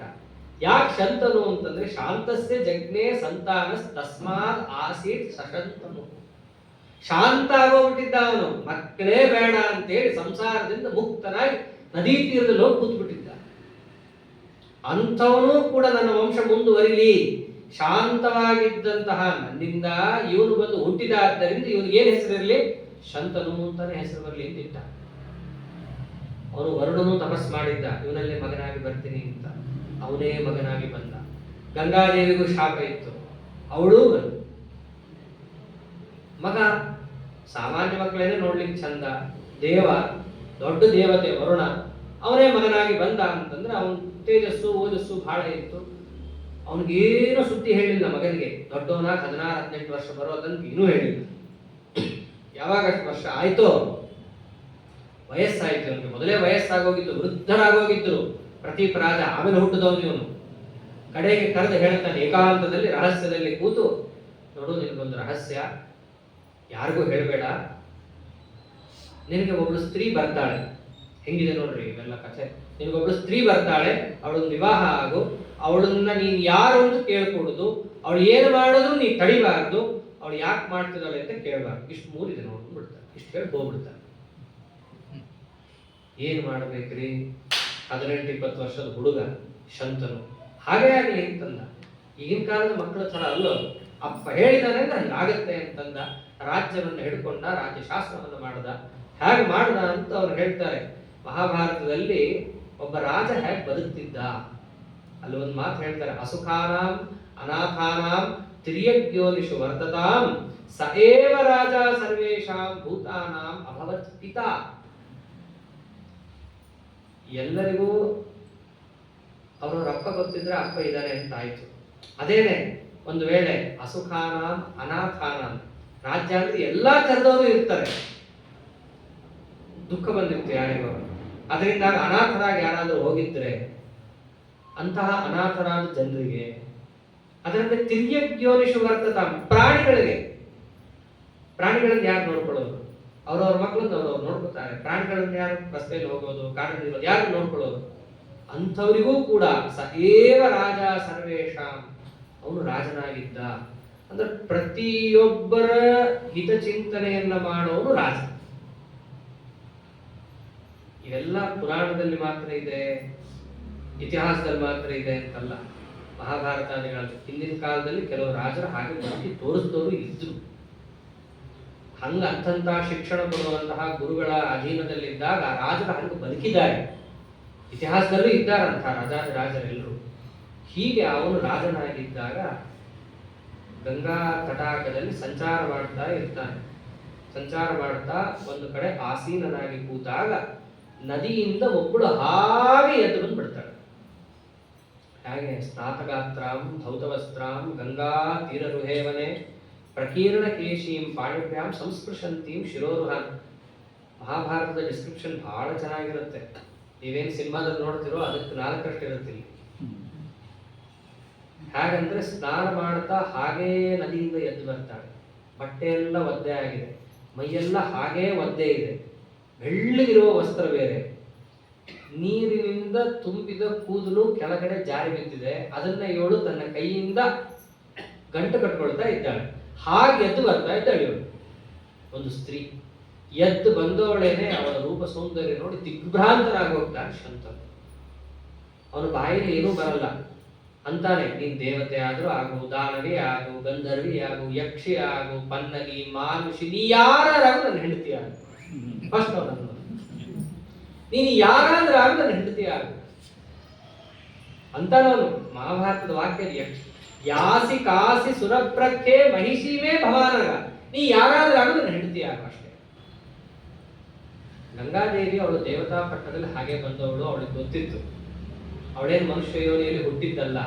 ಶಂತನುವಿಗೆ ಸ್ಮರಣೆ ಇಲ್ಲ ತಾನು ವರುಣ ಅಂತ, ಇಷ್ಟೇ ಇದ್ದ. ಗಂಗಾದೇವಿ ಗೊತ್ತು ಇವನೇ ವರುಣ, ಹಿಡಿದ್ರೆ ಇವನ್ ಕೈಯೇ ಹಿಡಿಬೇಕು. ಶಂತನುವಿಗೆ ಗೊತ್ತಿಲ್ಲ. ಅದಕ್ಕೆ ನೀ ಯಾರಾದ್ರೂ ಆದ್ರೂ ಹೆಂಡತಿ ಆಗು ಅಂತ. ಆದ್ರೆ ಗಂಗಾದೇವಿ ಮಾತಾಡೋ ಹಾಗಿಲ್ಲ ಹೆಚ್ಚು, ಯಾಕೆ ದೇವತಾ ಕಾರ್ಯ ಆಗಬೇಕಾಗಿದೆ. ಯಾವ್ಯಾವ ಪೋಸ್ಟಿಗೆ ಯಾವ್ಯಾವ ಅರ್ಥನೋ ಅಲ್ಲಿ ಹಾಗೆ ನಡ್ಕೋಬೇಕು. ಅವನ ಹತ್ರ ಹೋಗಿ ನೀನ್ ವರುಣ ನಿನ್ನ ಹೆಂಡತಿ ನಾನು ಅಂತೆಲ್ಲ ಹೇಳೋ ಹಾಗಿಲ್ಲ, ಯಾಕೆ ನೀನ್ ಮನುಷ್ಯನಾಗಿ ಬಂದಿದ್ದೀಯ ಅಲ್ಲ, ಹಾಗೆ ನಡ್ಕೋಬೇಕು ಅಂತ ಅಷ್ಟು ತೋರಿಸ್ತಾ ಇದ್ದಾಳೆ ಅವಳು. ಸೀದ ಬಂದವಳೆ ಅಂತಾಳೆ, ನೋಡು ನೀನ್ ಹೇಳ್ದಂಗೆ ನಿನ್ ಹೆಂಡತಿ ಆಗ್ತೀನಿ, ಷರತ್ತಿದೆ ನಾನು 3. ಅದೇ ನಿಂದು ಹೇಳಿದ್ದೆ, ಅಷ್ಟೇ ಅಲ್ಲ ನಿಮ್ಮಪ್ಪನಿಗೂ ನಾನು ಹೇಳಿದ್ದೆ ನಿನ್ನನ್ನು ನಾ ಮದುವೆ ಆಗ್ತೀನಿ. ಅವಾಗ ಅವನಿಗೆಲ್ಲ ಸ್ಮರಣೆ ಬಂತು, ಅವ್ರ ಅಪ್ಪ ಹೇಳಿ ಹೋಗಿದ್ದು ಯಾವಾಗಲೂ. ಅದಾದ್ಮೇಲೆ ರಾಜ್ಯ ಆಳಿ ಎಷ್ಟೋ ವರ್ಷಗಳಾದ ಮೇಲೆ ಇವಳು ಸಿಕ್ಕಿದ್ದು. ಓ ಅಪ್ಪ ಹೇಳಿದ್ದಾನೆ ಅಂತಂದ್ರೆ ಇನ್ನಷ್ಟು ಅವನಿಗೆ ಧೈರ್ಯ ಬರುತ್ತೆ. ವಿವಾಹ ಆಗೇ ಬಿಡ್ತಾನೆ. ವಿವಾಹ ಆದರೂ ಬಹಳ ಸಂತೋಷ ಏನೋ ಪಟ್ಟ, ಒಳ್ಳೆ ಮದುವೆ ಆಯಿತು ಅಂತ. ಆದರೆ ಅವನಿಗೊಂದು ಭಯನೂ ಇತ್ತು. ಚೆನ್ನಾಗಿದ್ದೀಯಾ ಅನ್ಸೈತೆ ಹೇಳ್ತೀನಿ ಕೇಳೋಂಗಿಲ್ಲ ಅವನು. ಯಾಕೆ ಏನೋ ಒಂದು ಕೇಳೋಣ ಅವಳು ಅಂತ, ನನಗೇನಾದ್ರೂ ನೀ ಬೇಜಾರು ಮಾಡಿದ್ದೆ ಆದ್ರೆ ಆ ಕ್ಷಣ ನೀನು ಬಿಟ್ಟು ಹೋಗ್ತೀನಿ ಅಂತ. ಹೆಣ್ಮಕ್ಳು ಹೇಗಿರ್ತಾರೆ ಅಂತ ಯಾರಿಗೂ ಗೊತ್ತೇ ಆಗಲ್ಲ. ಚೆನ್ನಾಗಿದ್ದೀಯಾ ಅಂತ ಕೇಳಿದ ಸಗೆ ನಾ ಚೆನ್ನಾಗಿಲ್ಲ ಅಂತ ಅನ್ಕೊಂಡ್ರೆ ಶುರು ಮಾಡಿದ್ರೆ ಅವನು ಮಾತೇ ಆಡೋ ಹಾಗಿಲ್ಲ. ಅವಳೇ ಬಂದು ಪ್ರೀತಿಯಿಂದ ಮಾತಾಡ್ಸಿದ್ರೆ ಇವನು ಮಾತಾಡಬೇಕು, ಅಂಥ ಅವಸ್ಥೆ ಶಂತನೋದು. ಆಗಲಿ ಒಳ್ಳೆ ಹೆಂಡತಿ ಕುಲಕ್ಕೆ ಸಿಕ್ಕಿದ್ದಾಳೆ ಅಂತ ಹೇಳಿ ವಿವಾಹ ಆಗ್ತಾನೆ. ವಿವಾಹ ಆಗಿ ಒಂದು ಕೂಸು ಹುಟ್ಟಿತು. ಖುಷಿ ಆಯ್ತು ಇವನಿಗೆ. ಸಾಮಾನ್ಯ ತಾಯಿಗೆ ಹೆಚ್ಚು ಖುಷಿ. ಇವಳು ಮಾಡಿದ್ದೇನವಾಗ, ಜಾತಂ ಜಾತಂಚ ಸಾ ಪುತ್ರಂ ಕ್ಷಿಪತ್ಯಂಬಸಿ ಭಾರತ ಸೂತಕ್ಕೆ ಕಂಠಮಾಕ್ರಮ್ಯ ತಾನ್ ನಿನಾಯ ಯಮಕ್ಷಯಂ. ಅದಕ್ಕಿಂತ ಘೋರ ಪ್ರೀಣಾಮ್ಯಹಂ ತ್ವಾಮಿತ್ಯುಕ್ತ. ಕೂಸು ತಗೊಂಡ್ಬಿಟ್ಟು ಕುತ್ತಿಗೆಯನ್ನ ಹಿಚಿಕಿ ತಿರುಗಿಸಿ, ಅದನ್ನ ತಿರುಗಿಸೋಕ್ ಮುಂಚೆ ಒಂದು ಮಾತಂತಾಳೆ, ನೋಡು ನೀನು ಖುಷಿಗೋಸ್ಕರ ಮಾಡ್ತಿದ್ದೀನಿ ಅಂತ ಹೇಳಿ ಆ ಕೂಸಿನ ಕುತ್ತಿಗೆಯನ್ನ ತಿರುಚಿ ಅದನ್ನ ಗಂಗಾ ನದಿಗೆ ಎಸಿತಾ ಇದ್ದಾಳೆ. ಈಗಿನ ಕಾಲದಲ್ಲಿ ಸೈಕೋಗಳು ಅಂತಾರಲ್ಲ ಹಾಗೆ. ಯಾರಂತಾರೆ ನೋಡಪ್ಪಿ ಅಳಬೇಡ ನೀನು ಅಂತ ಹೇಳಿ ಅದನ್ನ ಕುತ್ತಿಗೆ ಹಿಚಿಕಿ ನದಿಗೆ ಎಸಿತಾ ಇದ್ದ. ಸುಮ್ಮನೆ ಬಾಯಿ ಹೊಲ್ಕೊಂಡಿದ್ದ, ಮಾತಾಡೋ ಹಂಗಿಲ್ಲ ಶಂತನು. 1 ಆಯ್ತು 2 ಆಯ್ತು 3 5 6 7 ಕೂಸನ್ನು ಹೀಗೆ ಕುಚಿಕಿ ಹಿಚಿಕಿ ಎಸಿತಾ ಇದ್ದಾಳೆ. ಬಾಯಿ ಹೊಲ್ಕೊಂಡಿದ್ದಾನೆ. ಯಾವಾಗ 8ನೇದಕ್ಕೆ ಅವಳು ಕೈ ಹಾಕ್ತಾಳೋ ತಡ್ಕೊಳಕ್ಕಾಗ್ಲಿಲ್ಲ. ಚುಕ್ಷುಬೆ ಶಂತನು ಧೃತಿ. ಎಲ್ಲಿ ತನಕ ಧೈರ್ಯ ಇರುತ್ತ್ರಿ, ಅವರಪ್ಪ ಯಾರು ಹೇಳಿ ಅವ್ರ ಮನಸ್ಸು ಯಾರ ಮಾತು ಕೇಳಲ್ಲ. ಎಲ್ಲ ಹೋಯ್ತು ಧೈರ್ಯ, ಕಡೆಗೆ ಹಿಡ್ಕೊಂಡ. ಬುದ್ಧಿ ಇಲ್ಲ ನಿನಗೆ, ಯಾರು ನೀನು ಹಿಂಗೆ ಮಾಡ್ತಾ ಇದ್ದೀಯಲ್ಲ ಅಂತ ಅವ್ನು ಮೊದಲನೇ ಪ್ರಶ್ನೆ ಕೇಳಿದ. ಕೆಲವೊಮ್ಮೆ ಆ ದೈವ ಆ ಶಬ್ದಗಳನ್ನು ಹೊರಡಿಸ್ಬಿಡುತ್ತೆ. ನಾವು ಹಂಗೆ ಕೇಳಲ್ಲ. ಯಾರು ನೀನು ಹಿಂಗೆ ಆಡ್ತಾ ಇದ್ದೀಯ, ಗೊತ್ತಿರುತ್ತೆ ಎಲ್ಲ ಯಾರು ಅಂತ ಗೊತ್ತಿದ್ದು ಆ ಶಬ್ದ ಕೇಳ್ತೀವಿ. ಯಾಕೆ? ವ್ಯಕ್ತಿತ್ವದ ಪ್ರಶ್ನೆ. ಯಾರು ನೀನು ಹಿಂಗೆ ಆಡ್ತಾ ಇದ್ದೀಯ, ಯಾಕೆ ಹಿಂಗೆ ಕೊಂತಾ ಇದ್ದೀಯ? ಸಾಮಾನ್ಯ ಸ್ತ್ರೀ ಸಹಿತ ಹಿಂಗೆ ಮಾಡಲ್ಲ. ನಿನ್ನ ಮಕ್ಕಳೆಲ್ಲ ಬೇರೆ ಮಕ್ಕಳನ್ನು ಹಿಂಗೆ ಮಾಡಲ್ಲ. ಅಂಥದ್ದು ನಿನಗೆ ಹುಟ್ಟಿದ ಮಕ್ಕಳನ್ನ ನೀನೇ ನಿನಗೆ ಖುಷಿಯಾಗ್ಲಿ ಅಂತ ಅದನ್ನ ಕುಚಿಕಿ ಹಿಚಿಕಿ ನೀನೇ ಗಂಗಾ ನದಿಗೆ ಎಸಿತಾ ಇದ್ದೀಯ. ಯಾರು ನೀನು ಹೇಳೇ ಹೋಗ್ಬೇಕು ಇವತ್ತು ಅಂತ ಕೂತ್ಕೊತಾನೆ. ಅಷ್ಟಕ್ಕೆ ಕಾಯ್ತಾ ಇದ್ವಿ ಇವಳು. ಕೇಳಿದೆಯಲ್ಲ, ಸರಿ ನಾನು ಹೋಗೋದಂತೂ ನಿಶ್ಚಿತ, ನಾ ಬಿಟ್ಟು ಹೋಗ್ತೀನಿ. ಅದನ್ನ ಕೇಳಿದ್ದೀಯಾ, ಗಂಡ ಅಂತ ಆಗಿದ್ದೀಯಾ, ಕೈ ಹಿಡಿದಿದ್ದೀಯಾ, ನಿನಗೆ ಉತ್ತರ ಕೊಟ್ಟು ಹೋಗ್ತೀನಿ ಅಂತ ಅವಾಗ ಪ್ರಾರಂಭ ಮಾಡ್ತಾಳೆ. ಆಪವರ ಶಾಪದಿಂದ 8 ಜನರು ನನ್ನ ಹತ್ರ ಬಂದರು ಅಂತ ಹೇಳ್ತಾರೆ. ಆಪವರು ಅಂತಂದ್ರೆ ವಸಿಷ್ಠರು. ವಸಿಷ್ಠರು ಶಾಪವನ್ನು ಕೊಟ್ಟಿದ್ರು. ಆ ಶಾಪವನ್ನು ಕೊಟ್ಟಿದ್ರಿಂದ 8 ಜನ ನನ್ನ ಹತ್ರ ಬಂದರು. ಆ 8 ಜನ ಇವರು. ಆ 8 ಜನರು ಯಾರು ಅಂದ್ರೆ ಅವರೇ ಅಷ್ಟವಸುಗಳು ಅಂತ ಹೇಳ್ತಾರೆ. ಹೀಗೆ ಅಷ್ಟವಸುಗಳ ಚರಿತ್ರೆಯನ್ನು ಅವಳು ಹೇಳ್ತಾ ಬರ್ತಾಳೆ. ಈಗೇನು ನೀವು ಅಷ್ಟವಸುಗಳ ಚರಿತ್ರೆಯನ್ನು ಕೇಳ್ತಿರಲ್ಲ, ಇಷ್ಟೊತ್ತಂತೂ ಕೂಡ 8 ಜನರ ಚರಿತ್ರೆಯನ್ನು ಕೇಳಿದ್ದೀರಲ್ಲ, ಪ್ರಾಯ ಇವೆಲ್ಲವೂ ಕೂಡ ಜ್ಯೋತಿಷ್ಶಾಸ್ತ್ರಕ್ಕೆ ಸಂಬಂಧಪಟ್ಟಿದ್ದೆ. ಇದೇ ಧನಿಷ್ಠಾ ನಕ್ಷತ್ರಕ್ಕೆ ಸಂಬಂಧಪಟ್ಟಿದ್ದು. ನಾವು ಒಂದು ದೃಷ್ಟಾಂತಕ್ಕೆ ಹೇಳಿದೆ. ಯಾಕೆ ಅಂತಂದ್ರೆ ಮಹಾಭಾರತದಲ್ಲಿ ಎಲ್ಲ ಶಾಸ್ತ್ರ ತುಂಬಿದೆ ಅಂತ ಹೇಳ್ತಾರೆ. ಹೇಗೆ ತುಂಬಿದೆ ಅಂತ ಗೊತ್ತಾಗಬೇಕಲ್ಲ. ವೇದದಲ್ಲಿರೋದಕ್ಕೆ ತುಂಬಿದೆ ಅಂತ ನಿಮ್ಗೆಲ್ರಿಗೂ ವೇದದಲ್ಲಿ ಏನಿದೆ ಅಂತಾನೆ ಗೊತ್ತಿರಲ್ಲ. ನಾನು ತುಂಬಿದೆ ಅಂತ ಹೇಳಿದ್ರು ನಿಮ್ಗೆ ಗೊತ್ತಾಗಲ್ಲ. ಆದ್ರೆ ಎಲ್ಲರೂ ಜ್ಯೋತಿಷ್ಯ ಕೇಳೇ ಇರ್ತೀರಿ ಅಥವಾ ಕೇಳ್ತೀರಿ. ಇಂಟ್ರೆಸ್ಟ್ ಇಲ್ಲದೆ ಇದ್ರು ಹೆಂಗೋ ಒಂದು ಕಿವಿ ಮೇಲೆ ಬಿದ್ದೇ ಇರುತ್ತೆ. ಅದರಲ್ಲಿ ಒಂದು ವಿಷಯ, ಧನಿಷ್ಠಾ ನಕ್ಷತ್ರದ ಏನು ಗೊತ್ತಾ, ಅಲ್ಲಿ ಆ ನಕ್ಷತ್ರದವರದ್ದು ಅಥವಾ ಅಲ್ಲಿ ಯಾವ ಗ್ರಹ ಇರುತ್ತೋ ಅಲ್ಲಿ ಅಂಶವನ್ನ ನಾವು ಬಹಳಷ್ಟು ಕಳ್ಕೊತೀವಿ. ಕಳ್ಕೊಂಡು ಕಡೆಗೆ ಪಡಿತೀವಿ. ಪಡ್ಕೊಂಡ ವಸ್ತು ಚಿರಕಾಲ ಉಳಿಯುತ್ತೆ. ಇದು ಅದರ ಫಲ. ಅದಕ್ಕೆ ಅಷ್ಟವಸುಗಳು ಅದಕ್ಕೆ ನಿಯಾಮಕರು. ಅಷ್ಟವಸುಗಳ ಕಥೆನೂ ಅದೇ. 7 ಜನ ಹೋಗ್ತಾರೆ, ಉಳಿಯೋನು ಒಬ್ಬ. ಅವನು ಚಿರಕಾಲ ಉಳ್ಕೋತಾರೆ. ಇದು ಸಾಮಾನ್ಯವಾಗಿ ಪ್ರಾಯ ಅವರ ಜಾತಕದಲ್ಲಿ ತಕೊಂಡು ನೋಡ್ಕೋಬಹುದು. ಧನಿಷ್ಠ ನಕ್ಷತ್ರದ ಹೀಗಿರುತ್ತೆ. ಮಹಾಭಾರತವನ್ನು ಕೇಳುವಾಗ ಆಯಾಯ ನಕ್ಷತ್ರಾಭಿಮಾನಿ ದೇವತೆಗಳ ಕಥಾ ಅಷ್ಟೂ ಬಂದಿದೆ ಮಹಾಭಾರತದಲ್ಲಿ. ಸರಿಯಾಗಿ ನೀವು ಲಕ್ಷ್ಯ ಇಟ್ಟು ಆಯಾ ಕಥೆಗಳನ್ನ ಕೇಳಿದ್ರೆ ಸಾಕು. ನೀವು ರೋಡ್ ಸುತ್ತೋ ಅಗತ್ಯ ಇಲ್ಲ, ಬೆಳಗಾಗಿದ್ರೆ ಟಿವಿ ನೋಡೋ ಅಗತ್ಯ ಇಲ್ಲ, ಯಾವ ಅಗತ್ಯವೂ ಇಲ್ಲ. ನಮ್ಮ ಕಥೆ, ನಮ್ಮ ಹಣೆ, ನಮ್ಮಲ್ಲಿ ಏನೇನಿದೆ ಎಲ್ಲ ಗೊತ್ತಾಗುತ್ತೆ. ಅದರ ಮೇಲೆ ದೈವ ಬೇಕಾಗಿರುತ್ತೆ, ಇಲ್ಲ ಅಂತ ಅನ್ನಲ್ಲ. ಸಹಜ ಸುಲಭವಾಗಿ ಕೆಲವೊಂದು ಅಂಶಗಳು ನಿಮಗೆ ಗೊತ್ತಾಗುತ್ತೆ. ಅಂತಹ ಜ್ಞಾನದ ಭಂಡಾರ ಮಹಾಭಾರತ. ಅಂತಹ ವಸುಗಳ ಚರಿತ್ರೆಯನ್ನ ಮತ್ತು ಅವರಿಗೆ ಶಾಪ ಬಂದ ಚರಿತ್ರೆ, ಅವರ ಮೋಚನದ ಚರಿತ್ರೆ ಏನು ಹೇಳಿದ್ದಾರೆ ಇತ್ಯಾದಿ ಭಾಗವನ್ನ ನಾಳೆ ದಿವಸ ನೋಡೋಣ ಅಂತ ಹೇಳ್ತಾ ಅದೇ ಯಥಾಮತಿ ಕಥಾಭಿಪ್ರಾಯ ಶ್ರೀಕೃಷ್ಣಾರ್ಪಣಮಸ್ತು. ಹರೇ ನಮಃ.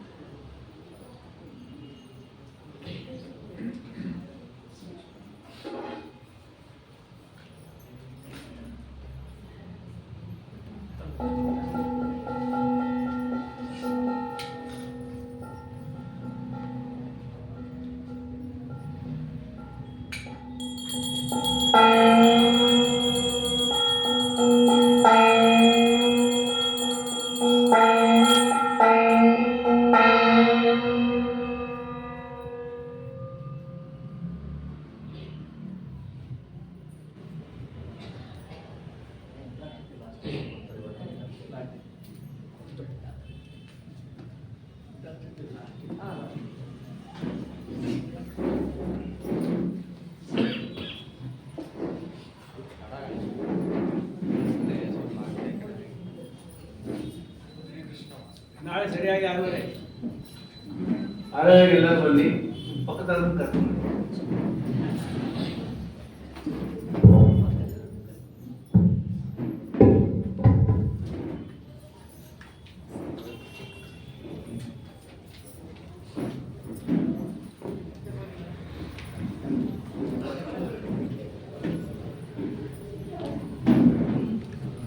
ಹೇಗಿದ್ದೀರಾ?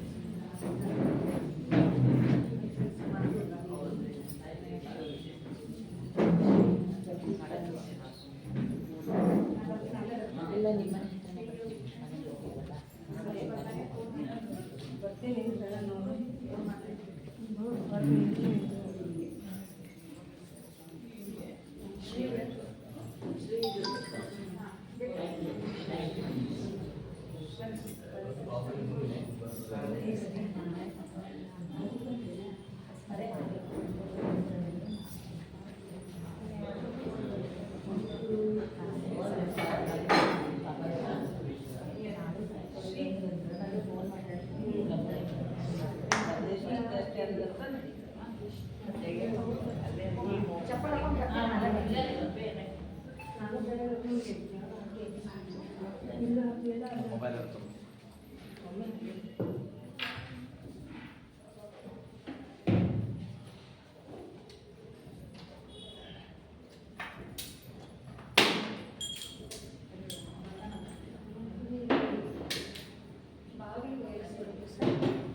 ಬಾಗಿಲ ಏನು ಬಾಗಿಲು? ಇಲ್ಲ, ಅವೆಲ್ಲ ಏನು ಬೇಕಾಗಿಲ್ಲ ಅಂತ ಅನ್ಸುತ್ತೆ. ಇದು ಬಾಗಿಲು ಹಾಕೋಣ. ನಮ್ಮನೆ ಬಾಗಿಲಿಗೆ ಇಲ್ಲೋ ಯಾಕೆ ಏನು ಕನ್ಫ್ಯೂಷನ್? ಓಯ್ ಅಲ್ಲೂ ಹಾಕಿದ್ದಾರೆ. ದೇವ್ರಿಗೆ ಬೇಡ. ನಮ್ಮನೆ ಬಾಗಿಲು ಹಾಕೊಂಡು ತೊಗೊಂಡಿಟ್ಬಿಟ್ರೆ ಇವೆಲ್ಲ ಇಲ್ಲ, ತೆಗಿಬೇಕಂತ. ತೆಗಿಯೋಣ.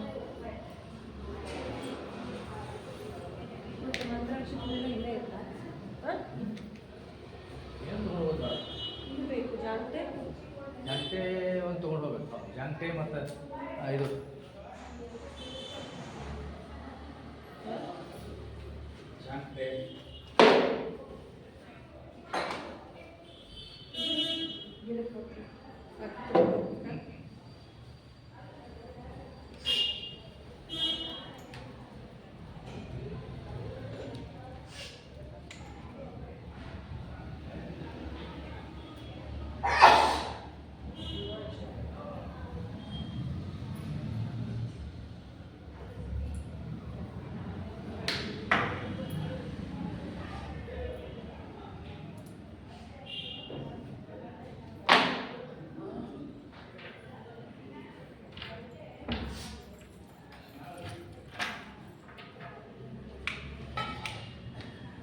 ಇವೆಲ್ಲ ಒಡೆ ಎಲ್ಲ ಎಲ್ಲಿರ್ಬೇಕು ಎಲ್ಲ ಅಲ್ಲೇ ಇದೆ. ಇದು ಮೊಬೈಲ್ ಬಾಬಾ ತಗೊಂಡು